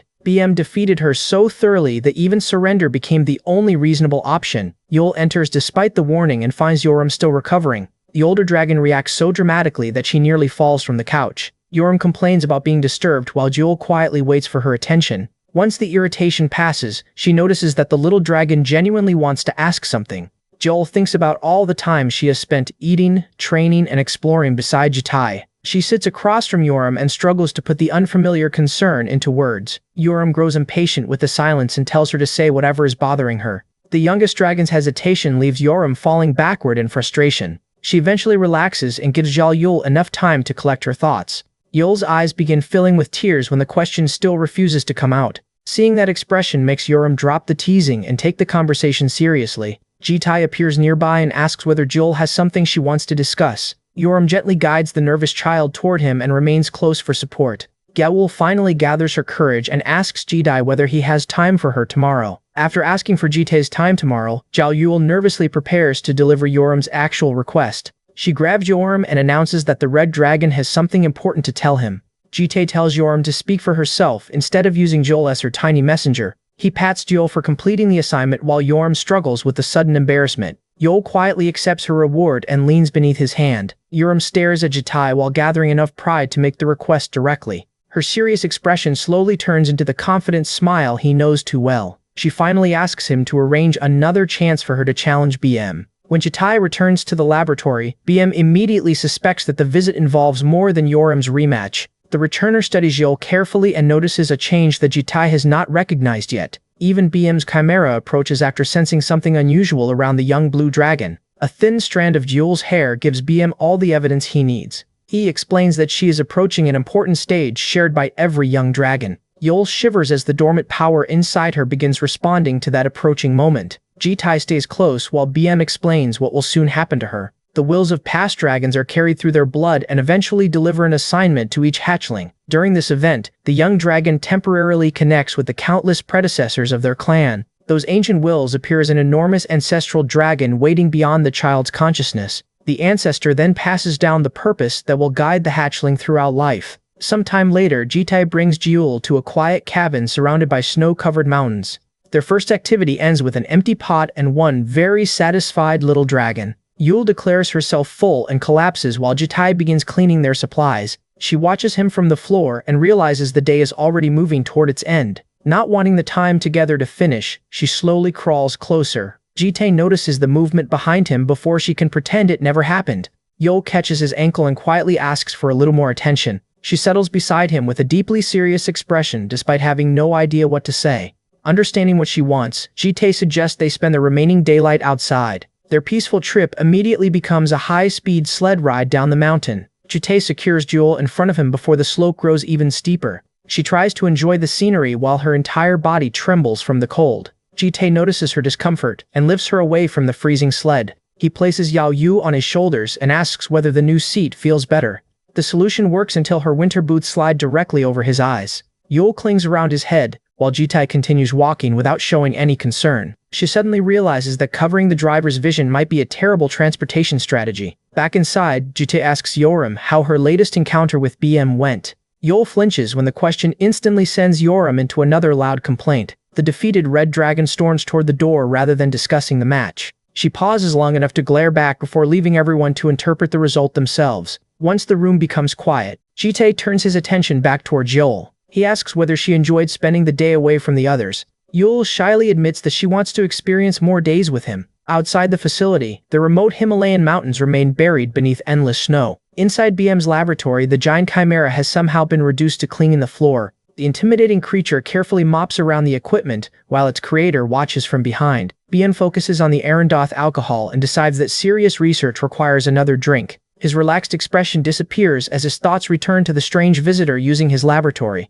Jitae appeared to possess considerable knowledge about other worlds and their biological experiments. That knowledge includes subjects, BM only, learned after surviving years beyond Earth. The evidence convinces BM that Jitae may be another returner who once lived in Arandoth. Meanwhile, Jitae takes Joel back onto the mountain for another sled run. She sits comfortably between his arms and finally begins enjoying the speed. The sled races toward a steep rise before either of them shows any intention of slowing down. They launch from the edge and fly high above the snowy valley. Jitae keeps the sled steady as the ground disappears beneath them. Yul beams with pure excitement, while the cold wind rushes past her face. After returning to the cabin, Jitae catches the exhausted child and asks whether she enjoyed the day. That night draws Yul closer to the moment when a blue dragon receives her revelation. Other dragon clans inherit clear purposes that shape their interests from childhood. Green dragons pursue art and craftsmanship, while gold dragons leave home to serve as guardian deities. Red dragons inherit a love of battle, but the blue clan receives no single direction to follow.